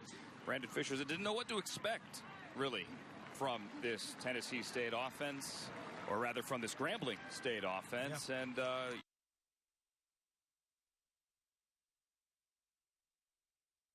even went on YouTube to try to find some stuff, and said, what the heck, let's have fun, let's bring some pressure, let's keep it clean, let's have a good game. Yeah, when you mentioned going on YouTube, and we saw Tadarius Patterson get up and walk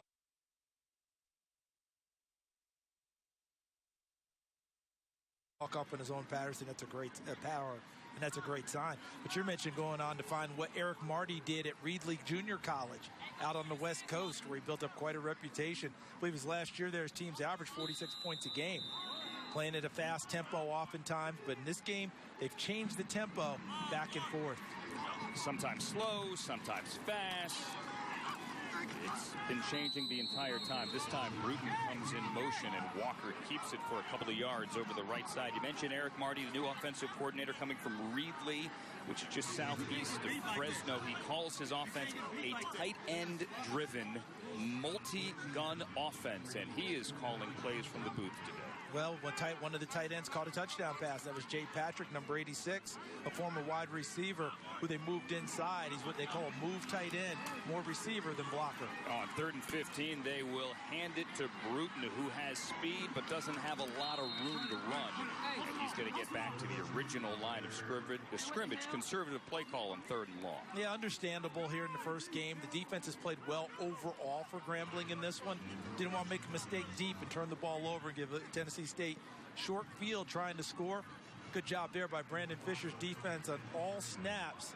And how about the way they strung out that last play and didn't give Bruton a place to run. Second straight 3rd and out for Grambling State. Now Deron Johnson is set to return this Urban punt. He stands on his own 40-yard line. Had a 47-yard return earlier. As Urban gets it away, it's going to hang in the air, and Johnson fields it to his side. A fair catch on the 42. So Tennessee State set to open things up, see if they can clean up this offense here in the third quarter. Great field position. Football Hall of Fame Classic between Grambling and Tennessee State. Grambling leads 7-3. And now I'm here with Tennessee State Athletic Director, Dr. Mickey Allen. And Doctor, first off, you know somebody up in our booth, a fellow Tennessee volunteer like you, Charles Davis. He says you are a much better player than him. Is that true? Yeah, me and Charles, we share a little orange, right, in our blood. And he was he was the best 22 that played at UT. But I think I took it up a notch. I can get him there, man, on the gridiron. Okay, well, you know, look, we're going to see a little footage right here. They say we got some images that we're going to show you right now. Look at the screen right here. Right there. Oh, that's you right there? So are you the best 29? Yeah, best 29, right? But 22, I get it for the CD. But, yeah, I did a lot of great things in Knoxville, but glad to be here at Tennessee State. On that note, okay, so you're coming over from Knoxville to Tennessee State. You just started the job a couple months ago. What are you trying to achieve with this program, especially with Eddie George in charge? Oh, it's an exciting time for TSU. My vision for this program is just to renew that standard of excellence. Tennessee State was known to have a prominent football program, a lot of Hall of Fame legacy. You know, you look at the former players like Richard Dent, Claude Humphreys, Ed Tutal, Cromartie. So we're just trying to get back to that and renew that standard of excellence. And under Coach George's leadership, there's no doubt in my mind we'll get to that point. But this is the first step. How much patience has to be involved? Because a lot of people see, here's this great NFL player, this former Heisman Trophy winner, and they're going to expect immediate return on that. Yeah, well, it's a process, and Coach George knows that. He talks to the team every day about that process. It comes with practice. It comes with camaraderie, you know, knowing what you represent, which is that big blue in that family. And so he's going to get it to where it needs to be, but it is a process, and there's no doubt in my mind I got the right guy leading us. All right, so as we continue to watch some of the process, take note as we get back here in the third quarter. Charles Davis, I'm going to let you give Mickey the last, you take the last word because he got to say something about you. Let me tell you, Steve, I'm so proud of that young man and what he has done and how he represents not just the University of Tennessee and obviously Tennessee State. They're so fortunate to have him. Look, he wasn't just the best 29 in the University of Tennessee history. He's one of the better players in Tennessee history, and he wasn't telling any lies. He was a better player than me. So, all right? I love this man. So, and even though you couldn't hear him, he said, you were the best 29 in history. He's so proud of you and everything you've done. He knows what you're going to do great things here at TSU. I appreciate that, CD. You my man. Hey, yeah, I appreciate that, bro. All right, we got a lot of love here between Mickey and Charles, and now let's see what those Tigers can do with Eddie George as he tries to rally him here in the second half. And Steve, as we wrap and put a bow on this, Dr. Allen takes this job at TSU. Not only does he have orange in his blood, a lot of blue in his blood. Mother, father, met his wife here. His wife was a majorette here at Tennessee State, and it was his idea. And he went in and talked to Dr. Glenda Glover, the president, about bringing Eddie George along, and they made the first phone call together. Davion Bryant now is the quarterback here for Eddie George to open up the third quarter. He finished the second quarter, and after finally finding Cam White earlier in this drive, Bryant there with the keeper and a first down. Yeah, they're trying to find that rhythm. That's what Steve was telling us at halftime about talking with Eddie. Who's going to play quarterback? He said they still might shuffle it around, but they've got to do a better job getting the plays in so they can go with some snap, with some dispatch, get up to the line of scrimmage, survey the defense, and have a nice little rhythm and gathering about this offense. Maybe we'll see it here with this drive. Davion Bryant getting the opportunity at quarterback. White is number 2, their best offensive weapon on the perimeter. Left of your screen, that is Starling in the backfield, and not a lot of room to run there. He was hit by 99, Martavius Dotson, the senior from Alexandria, Louisiana. He's made himself known in this game, hasn't he? Number 99. Absolutely. Big gold shirt going up and down the line of scrimmage. I think we've seen him. He's been active. Number 48, Brian Powell's been very active. Joshua Reed, number 33. Here, big second down. Everett Todd trying to get them in a position where he can turn things up a little bit, turn up the heat. on Davion Bryant back in the backfield. This after Tennessee State forces a 3 and out to open up the quarter. Starling. Look at how they're getting the formation flip to the other side. Still haven't hit Joshua Trueheart, the tight end, who's on the backside of this formation. He's wearing 88.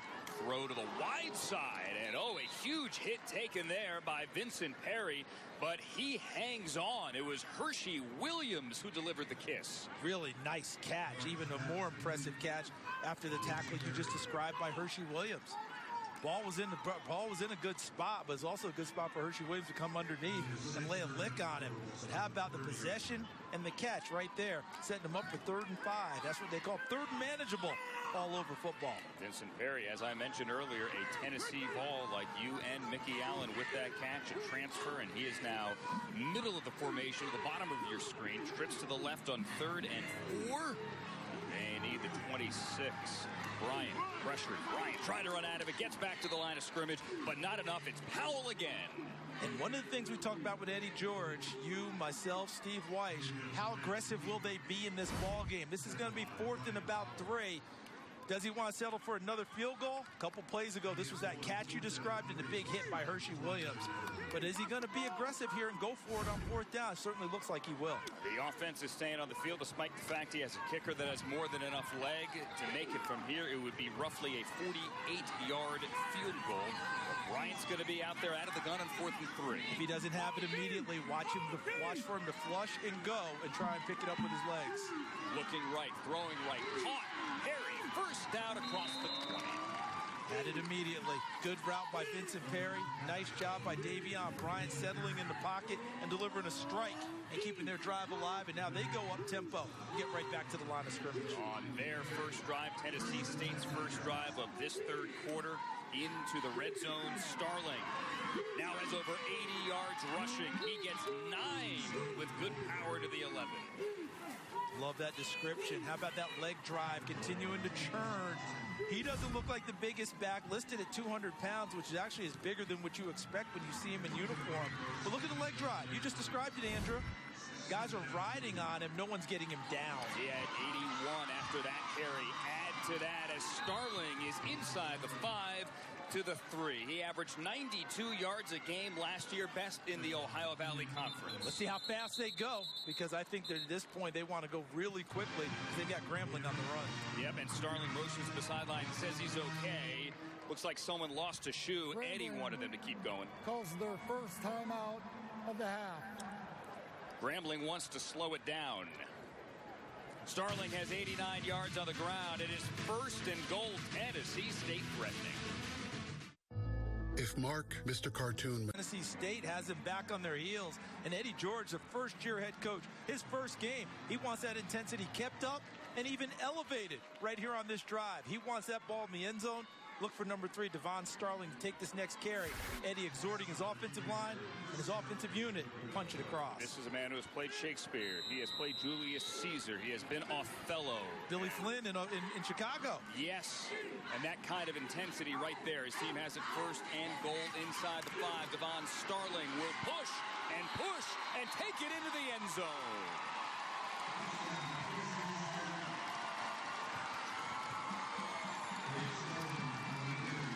About Devon Starling, 6'1", 200, running like a back, 6'1", 225. Eddie George must be proud.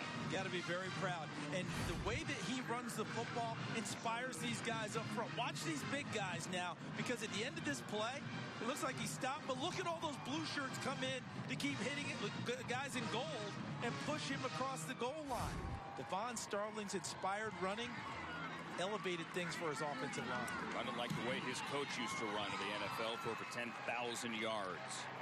Look at that power for Devon Starling. Tennessee State forces a 3 and out and marches right down the field. Takes the lead 10-7 in Eddie George's debut.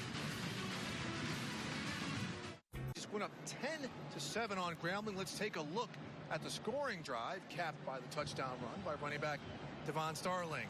All right, now I am joined by Dr. Doom, Robert Brazil. Now, Robert's a Jackson State man. He played with Walter Payton and Jackie Slater, but Robert has been sitting here in absolute angst watching Deion Sanders led Jackson State against Florida A&M right now.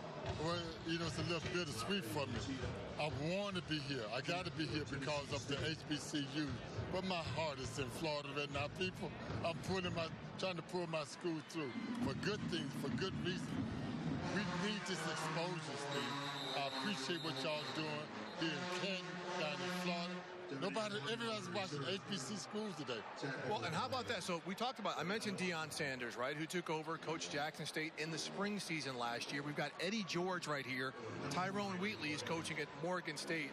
What about some of these former NFL players with a lot of prestige who didn't attend HBCUs coming to coach at these black colleges?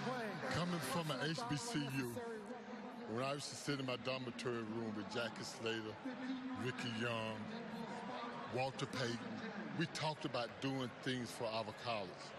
These two guys cannot be hugged and thanked for the things that they're doing for my school and the HBCU. Deion, when he called me back in the spring, he said, Robert, I said, Deion, is it true? I said, all I want to know, is it true? He said, Robert, all I want is your support.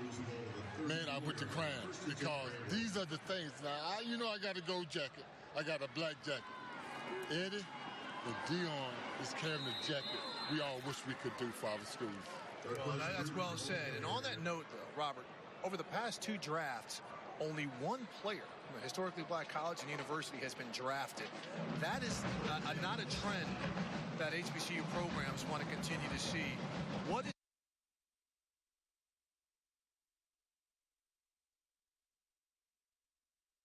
the issue here, and how can we get NFL teams more involved in looking at the talent at these black colleges? Right now, you got scouts all over America looking at the game. This is what's got to happen. We got to have the exposure. We got to get on TV. We should have no problem finding talent. It's another Robert Brazile somewhere here. It's another Walter Payton. It's another Doug Williams.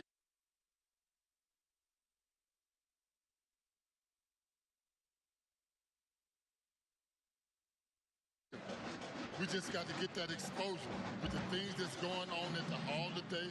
We're going to have a legacy bowl in New Orleans. We got something going over in Alabama at the Senior Bowl. Man, we got to make this happen because there's some hidden talent, man. There's some hidden talent in these schools. So, Robert, I'm just going to give you 2 words to sum all that up. No excuses.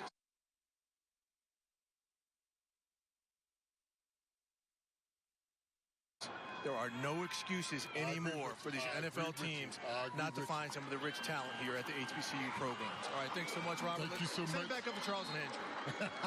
Thanks, Charlie. Dr. Doom. That's my man right there, Robert Brazile. Boy, he can play some football. Yes, sir. Class of 2018 in Canton, Ohio. As they were talking, Elijah Walker misfires on third and long, wanted DJ Clark, and it's punt time. And that was not good for Grambling at all because I think you can feel it.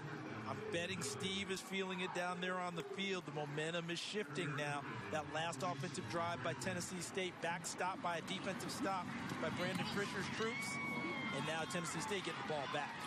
And Johnson is going to point at that football.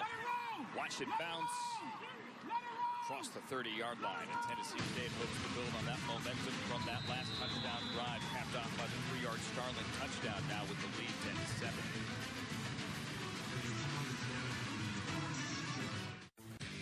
4 touchdowns, all of which, by the way, came in the second quarter. Walked away with an MVP, walked away with a Lombardi trophy for the Washington football team. He is in the Black College Football Hall of Fame. He is in the College Football Hall of Fame. He's now a special advisor to that Washington football team, and he is here with us to see his Grambling Tigers battle in this game here in Canton. Devon Starling with the carry there to open up this drive. Doug Williams, it is great to see you. Good to see you too. Appreciate it. What's it like to have your program here playing in Canton?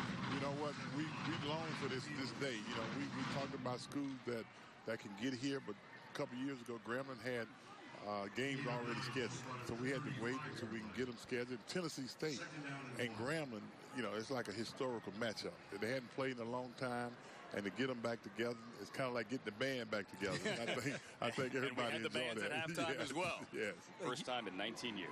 You and Shaq Harris started the Black College Football Hall of Fame, Doug. But you guys also played against Tennessee State every year when you were in school. That's going to be out of bounds. Nice opportunity. But you played against them every year, and you played some pretty historic games. Shaq playing in that game against Eldridge Dickey in '67, and then you coming in and doing that number as well.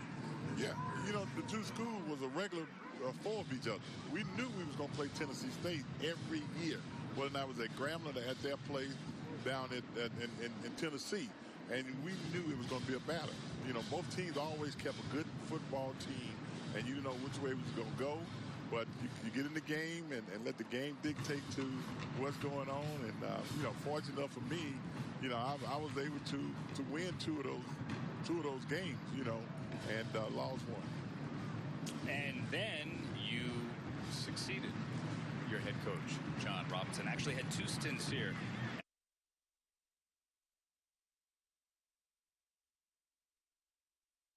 As head coach, what is it like here, watching from above, knowing they used to coach this team?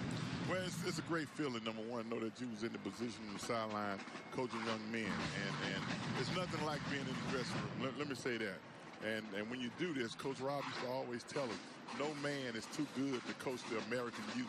And at that time when I was coaching, that's exactly what I thought about, because after a while, the kids come back to you with their family, they introduce to you, and they say, thank you for giving me the opportunity. Let me correct myself, 15 yards on me. I said, John, watch USC last night. Obviously, I meant Eddie Robinson. Apologies. That's all right. You know, one of the things I remember when you took over, because, you know, you'd had some experience coaching already. You've been at the Naval Academy coaching, and now you're taking over your alma mater. A lot of people have some trepidation about taking over the alma mater, especially when you're succeeding the guy who coached you, who's an absolute legend. But you had a great quote about that, because someone said, Doug, what's it going to be like filling Coach Rob's shoes? What was that you said back in that day? You don't fill Coach Rob's shoes. What you do, you bronze them and put them up on the pedestal, and you put your own shoes up under there, because nobody's going to be able to fill Coach Rob's shoes. What do you think of the way this team is playing today, trying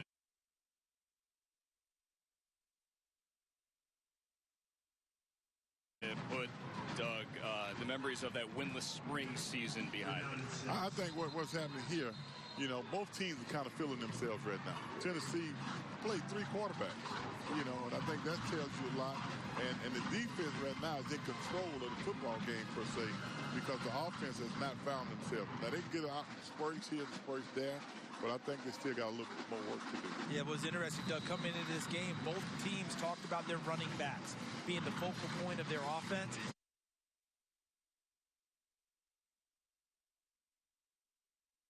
This young man from Tennessee State, Devon Starling, I think he's the game breaker right now. The Grambling's going to have to make sure they keep getting on the ground. There's no doubt about it. He did it in the first half. He's running in the second half. If they don't control him, the game could get out of hand in favor of Tennessee.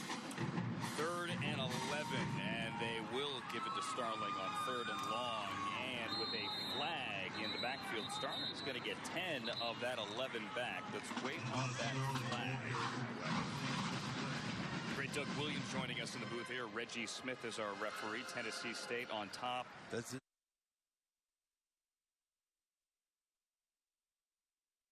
That's a bad spot for Tennessee State where that flag went, Andrew. Yes, it is. Holding offense, number 77. 10-yard penalty from the previous spot. 3rd down. All right, back him up, and Jalen Gupton, the offensive tackle. I believe that's his 3rd or 4th penalty today. Doug, when you come here, when this game started, I described it as a family affair. It's kind of like sliding a family stone. Doesn't matter which colors you're wearing, black and gold, blue and white. It's a family affair getting here, but it's also a family affair for you guys who have black jackets who are in the Black College Football Hall of Fame. You know what? It's nothing like it. You know, all the guys with black jackets, you got a lot of them that's in the Pro Football Hall of Fame, but you got a lot of them that's in Black College Football Hall of Fame. And it's such a great feeling to be able to see these guys year in and year out and know that, you know, we played against each other, played with other teams, but, you know, coming from HBCUs, you know, that's where it started, and that's where it, you know, gave us our roots to be up here, and that's a great feeling to be together. Brian Powell with the sack there, roughly 10% of the Pro Football Hall of Fame. Doug Williams went to HBCUs. are thrilled to have you here. Good luck to your Washington football team. Thank you. Appreciate it. Yeah, they're the defending well. NFC East champions, and actually the team that played Tampa Bay probably the toughest on their road to the Super Bowl last year in the playoffs. I like our team this year. Yeah. I do. I really do. Yeah, you still want to go back there and throw one like Fitz is throwing them around now? You know what? If I knew I had the blocking, I would get it done. Oh, we got Speaking of blocking, we got block punt. Look at this. Look, big man with football. And they whistle it dead. So, special teams making a play here. For Doug Williams up in the booth. Doug, we appreciate you being here. Great to see you. Thank you. All right. Appreciate it. Have a great year this year. Okay, thank you. Senior advisor to the Washington football team. As we see Grambling special teams making a play. They come right up the middle, and they block Caleb Mosley. And now great field position. Recover the kick beyond the line of scrimmage. My room making it dead at that spot. It'll be a turnover on downs, 1st and 10. Yeah, that was Lewis Matthews, the linebacker with the block. Carson Buchanan tried to run it, but that's not allowed, Steve Weish. Allowed, even though we like to see big man runs on any type of play. Now I'm joined by James Shaq Harris, who along with Doug Williams co-founded the Black College Football Hall of Fame. And Shaq, first off, some of your insights on your team. They're right here behind us as they try to take the lead. I think that the game has been dominated both defenses, putting a lot of pressure on the quarterback. They're running to the ball, making good contact. Both offenses are kind of in a transition. They're making some mistakes. I think the team that can get some spark on offense and play the best special teams will win the game. Well, we just saw that block on special teams right there.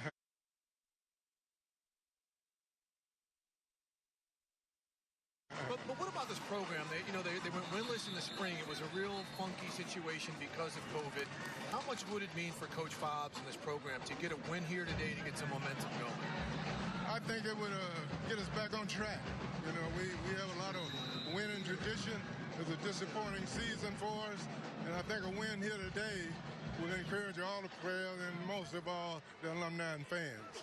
Now, I just had Robert Brazile on, Dr. Doom, and he was talking about the exposure some of these HBCU programs are getting on national TV, people writing stories about it. You are involved in getting a lot of these players exposure, too. What about some of the programs and things you're doing? Well, first of all, you know, in the last NFL draft, there were no players to make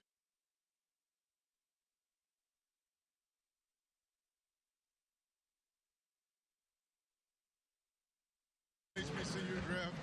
You know, you and I both from HBCU schools don't believe in that. Not only do we think some players should be drafted, we think there are some players capable of making the team. So for that reason, we're going to start the Legacy Bowl in February, the week after the Super Bowl, to give those players more exposure, to give scouts another opportunity to scout them and come in and develop, understand their character and play, and hopefully we'll get more players a chance to play. That's going to be an event week of football where we're also going to have a job fair. We're going to have some other things to go along with it. All right, Shaq, your Grambling Tigers are scoring to take the lead. We're going to send it back to Charles and Andrew while we enjoy that score, right, Shaq? Thank you, man. You got it. All right, so maybe a good luck charm there as Elijah Walker carries it around the right side, and Grambling State retakes the lead on the 4-yard touchdown. Look at the blocking right there, and then a nice little chip block as he went out, and he put it, Jason, right there, number 11, Jason Bryant, the linebacker. He got put into a stressful situation, Andrew. Do I come up and take the quarterback? Do I stay back here with the receiver? And because he ended up staying back with the receiver, Elijah Walker read that and ran it in. A Grambling quarterback scores a touchdown. Shaq Harris would have thrown it in his day. Elijah Walker ran it today. As the extra point is no good with pressure coming up the middle there. Elijah Walker's 3rd career start, and it was all set up by this block punt. Yeah, Lewis Matthews, a backup inside linebacker, does a nice job blocking it there. Carson Buchanan, I believe is his name. Young man who's the long snapper, was big man with football, but right there, Jason Bryant put in a tough spot, an excellent linebacker for Tennessee State, but which way does he go? He ended up picking the receiver, and Elijah Walker picked up the end zone. Yeah, I kind of wanted to see big man running with the football. Carson Buchanan listed, I stress listed, at 270. Listed.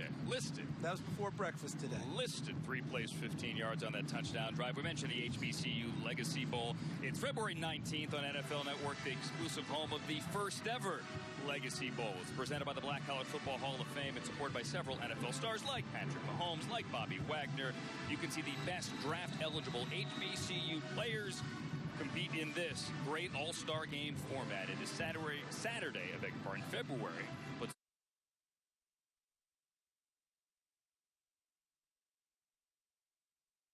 Saturday and February together. February 19th, only on NFL Network in New Orleans at 2.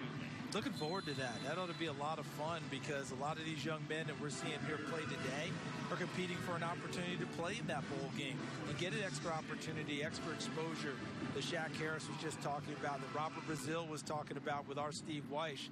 To have these guys get that exposure, scouts concentrated in one place and watch them work, and maybe they'll get an extra chance to make an NFL roster.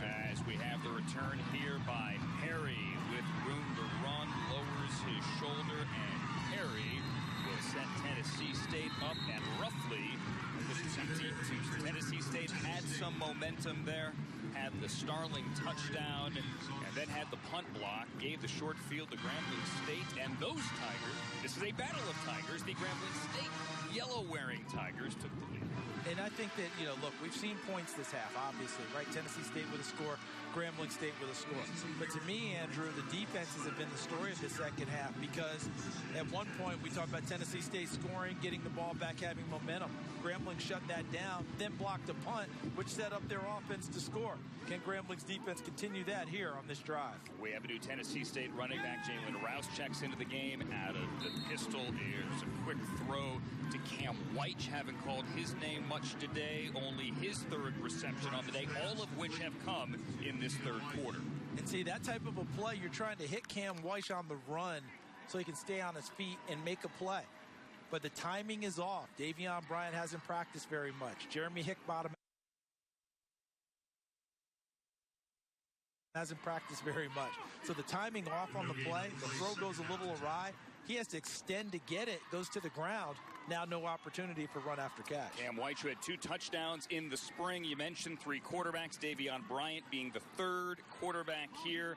We saw Tucker Pope, the true freshman from Cleveland, Tennessee.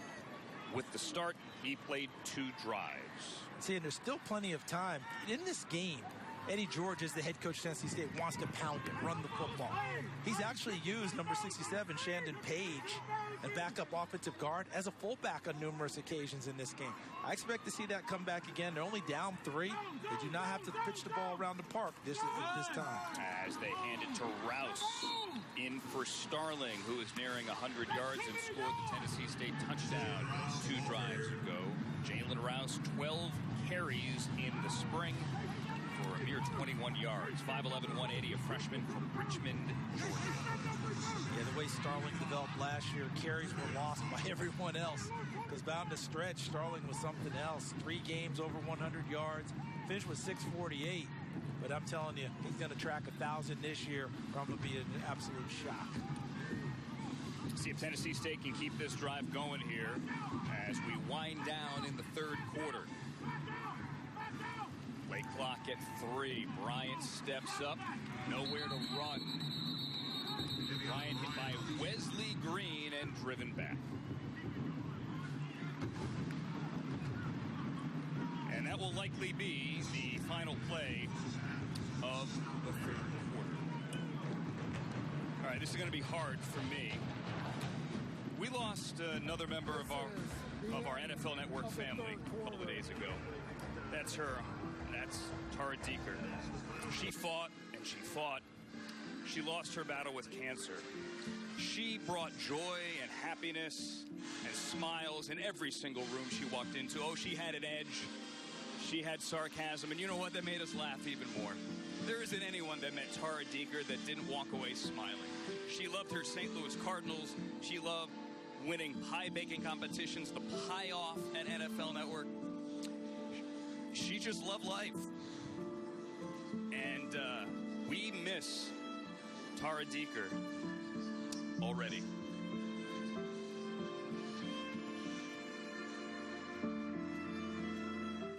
High above Myers Lake. As we get ready here in Canton, the Pro Football Hall of Fame, Tom Benson Hall of Fame Stadium for the fourth quarter. Grambling State, Tennessee State, the Tigers leading the Tigers as Martin is going to take a fair catch of this punt with a flag down back near the 32-yard line as Reggie Smith checks that out. Let's look at this. Megan Triplett, thank you all.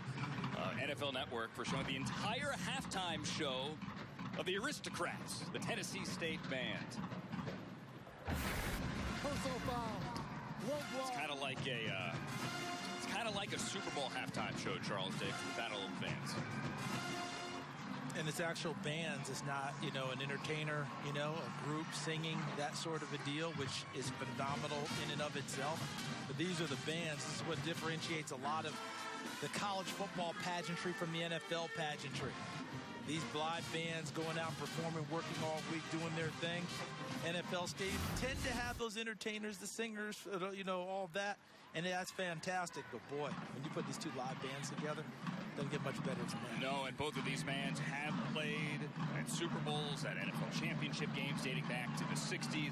Grambling was at the first Super Bowl. At the first Super Bowl presidential inaugurations. Tennessee State played the 63 NFL championship game at Wrigley Field.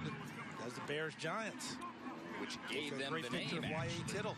That day, the Aristocrats, as we've got a completion. That's Greg White who breaks a tackle and gets down the sideline. And Grambling State, after that 15-yard penalty on Tennessee State, the 15th Tennessee State penalty here this afternoon, is in great field position with a 3-point lead. And how about Greg White and his ability to go down, bend his knees? We talk about this in scouting a lot. Guys who can bend their knees and get good leverage. He bent his knees, had the leverage, made the catch. That allowed him to stay on his feet. Didn't go to the ground, able to get the ball upfield for big yardage and a first down. Good for 17. Greg White, the North Texas transfer. 3 years there with the Mean Green. And another whistle. Prior to the snap, the previous play is under further review. All right. Interesting to see what they're looking at. Let's take a look at that previous play. Terry Young, Ed Beavers in the replay booth. Had a chance to meet them in pregame. Came in and said hello. Very nice of them. Coach Fobbs is looking at the official like, whatever they're looking at, it better go in my direction. All right, but I was talking about him being a knee bender before, being able to get down there, a sidearm throw. Was the knee down? No. I thought he was able to stay up on my initial glance. That replay, I thought he was still up as well. Let's take another look at it. So we slow it down. There goes the knee. Looks like it's hitting the ground. Ooh, that's right close there. It's going to be very close. Hold on a second. Right there. See it moving. I don't think that, I will tell you, because the play was ruled good on the field, you have to have the standard. Is there enough to overturn it?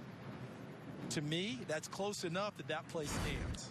From the reverse angle, I didn't think it was until really I saw that the second, close. Until we see the second angle. It was close. Then it looked like, check his knee for the rug burn. It looked like there might have been some movement there. Were the pellets coming up? Yes. Was he touching the pellets? But again, if the standard is indisputable to overturn, that's going to be the standard that our replay officials have to decide whether it was met or not. And this one is going to be close. After further review, the ruling on the field stands. Ruling on the field stands. You got it, Charles. Out of the field, Steve White.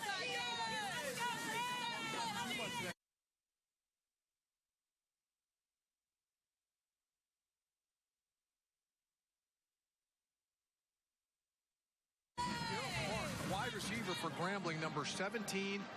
He was breaking the huddle right now. He's lucky to be playing. A couple years ago in 2019, he was shot multiple times outside of a gymnasium in New Orleans, his hometown. His younger brother actually was killed in that shooting. So he played some in the spring. He's back out here today, and he's clearly a factor. You see him in motion right now. So we'll see if they get the ball to him. Nope, he's kind of a distraction. But yeah, Daryl Clark, one of several players for Grambling. I'm glad to be back out here on the field. Yeah, one of the great stories, Steve. He's able to make it back. I'm so sorry for he and his family. Loss of his brother that night. And that's just officials timeout. They just hate the fact that something like that happened. Officials timeout. Okay, we've got you. Thank you, sir. Appreciate that. Lost his brother Keon in a 2019 shooting in New Orleans.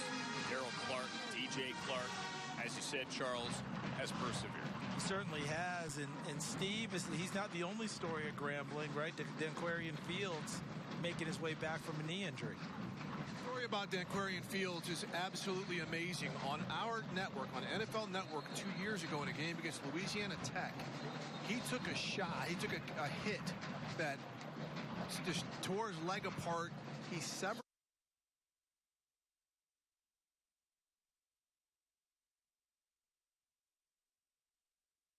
nerves and arteries, and they were contemplating amputating the leg. He actually said in an article when he was going into surgery, he did not know if he was going to wake up with a leg. He is dressed.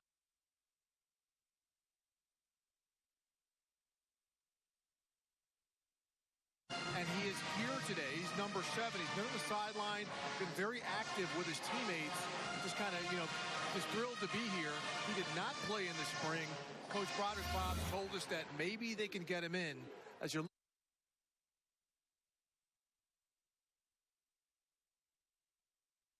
looking at him right now, Coach Fobbs told him that maybe they can get him in. But just the fact that he is traveling here today and walking and running and participating in football is an amazing story of just triumph over near tragedy. It took him 4 months, guys, to learn to walk without a crutch after they saved his leg.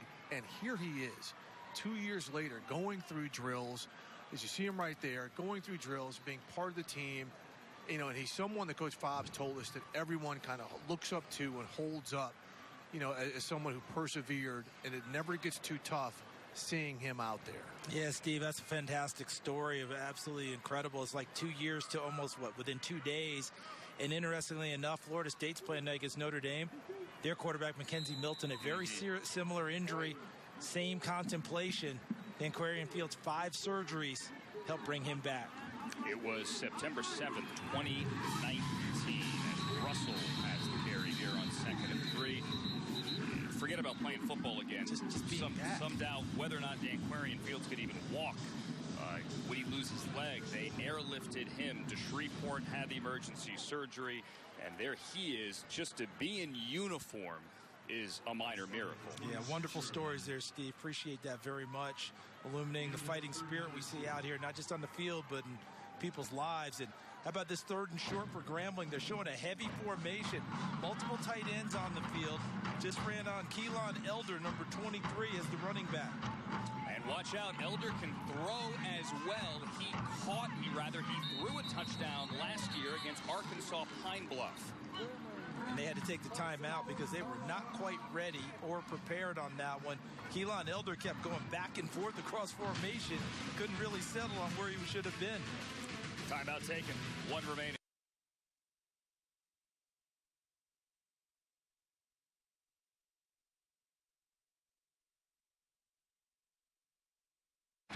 Dave Ernst, technical manager Johnny.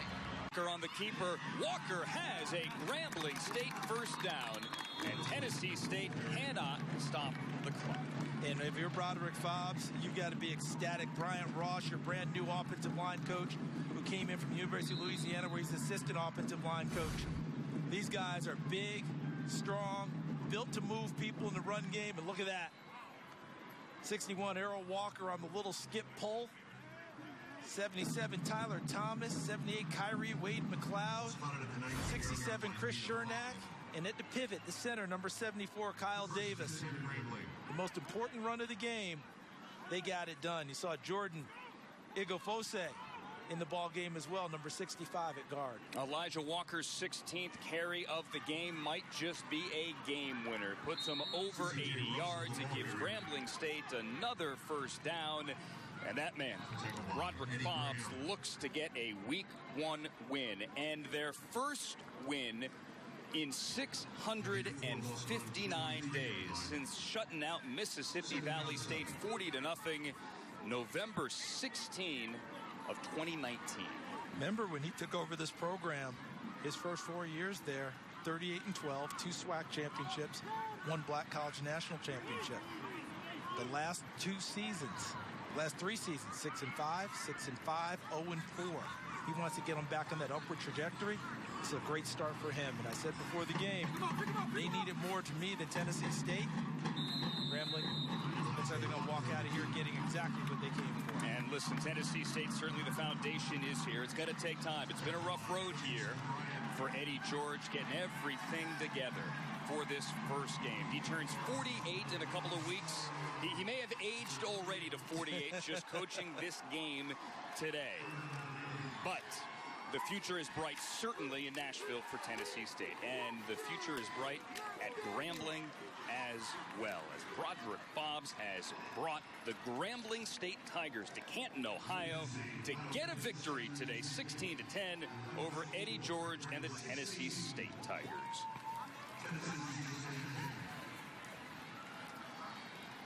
Second annual Black College Football Hall of Fame Classic, a success here today. 2 of the blue blood programs in the HBCU world. First time these storied rivals had met since 2002. What a good game. Had a 1-score game. Tennessee State couldn't get off the field, couldn't get the ball back one more time at the end. And hats off to that young man, Elijah Walker, in his 3rd career start, who led his Tigers to a victory. And you know what? Hats off as well to the veteran safety, Keenan Fontenot, who saved the game here, Charles, by knocking this ball away in the end zone. Yeah, he actually came off of his initial coverage, recognized that Vincent Perry was wide open and left unattended. And this is what you expect from your senior all-SWAC conference defensive back.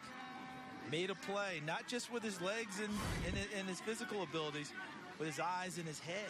Great intelligence to come off of his coverage and go save his team. Such a valuable member of this program in 2018. Had to play both ways. Played a little running back in 2018. There he was running all the way back to the end zone, and he saved the day. Out of the sideline, Grambling State, a victory today. Steve White, 16-10. All right, well, congratulations, Coach Fobbs. To get the W after everything you went through in the spring, what about the way you all started the season off? I mean, I'm proud of my guys. You know, we've been through a lot, but, we're going to keep fighting. We're fortunate to come away with a victory, even though we didn't play well. But it's week 1. And, anytime you can win a football game, it's a positive. So we're excited about it. What about the player, your quarterback, Elijah Walker? I mean, he really stepped up when you guys had to make plays. Well, he did a lot of good things in the running game. We've got to do a little bit better in the passing game, and he's a better player than that. But we're just pleased with his poise and how we took advantage of what they were giving us. And also defensively, smothered him, didn't give him any room to breathe. What about that side of the ball? Absolutely. At the end of the day, it's a team win, and our defense played stellar. Did a really good job of getting after the quarterback, making him uncomfortable, and really getting after him. So moving on from here, so some things you saw, where do you go? Well, I've always been told, and in my career, I've always known that, you get better between week 1 and week 2, anytime, so it's good to win and get better between week 1 and week 2. So we're excited about the future. All right, now we have the president of the Pro Football Hall of Fame and a dear friend of the Black College Football Hall of Fame. He's got a big gift for you, David. Steve, we want to thank you and NFL Network for being here. We want to thank Tennessee State for being such incredible opponents today and giving it such a great game. But, Coach, for you and the Grambling Tigers, we are proud to present to you the Black College Football Hall of Fame Classic Trophy on behalf of the Pro Football Hall of Fame and all the history of this game.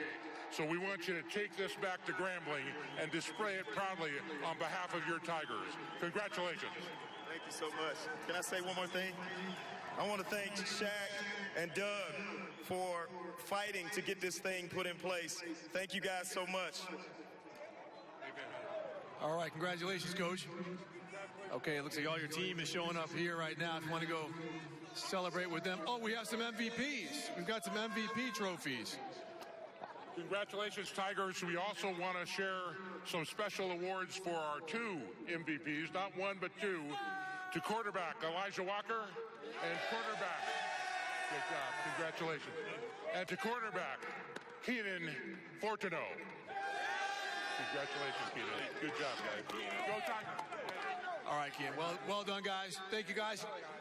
Congratulations on starting on 1-0. All right, back to you, Andrew. All right, Grambling State's first win in a season opener since 2016. Next up, Southern Miss and Houston, a couple of FBS teams. Yeah, but listen, to be able to come out with a win in game one, to be able to get this going, to be able to feel like Grambling again, Tennessee State, better days are definitely ahead. They've got the right man in charge in Eddie George. The emotion in Broderick Fobb's voice as well. Everyone recovering from Hurricane Ida back home. This one is for you. Grambling State a winner, 16-10. For Steve White on the field, for my partner Charles Davis in the booth. My name is Andrew Siciliano. Good night from Canton.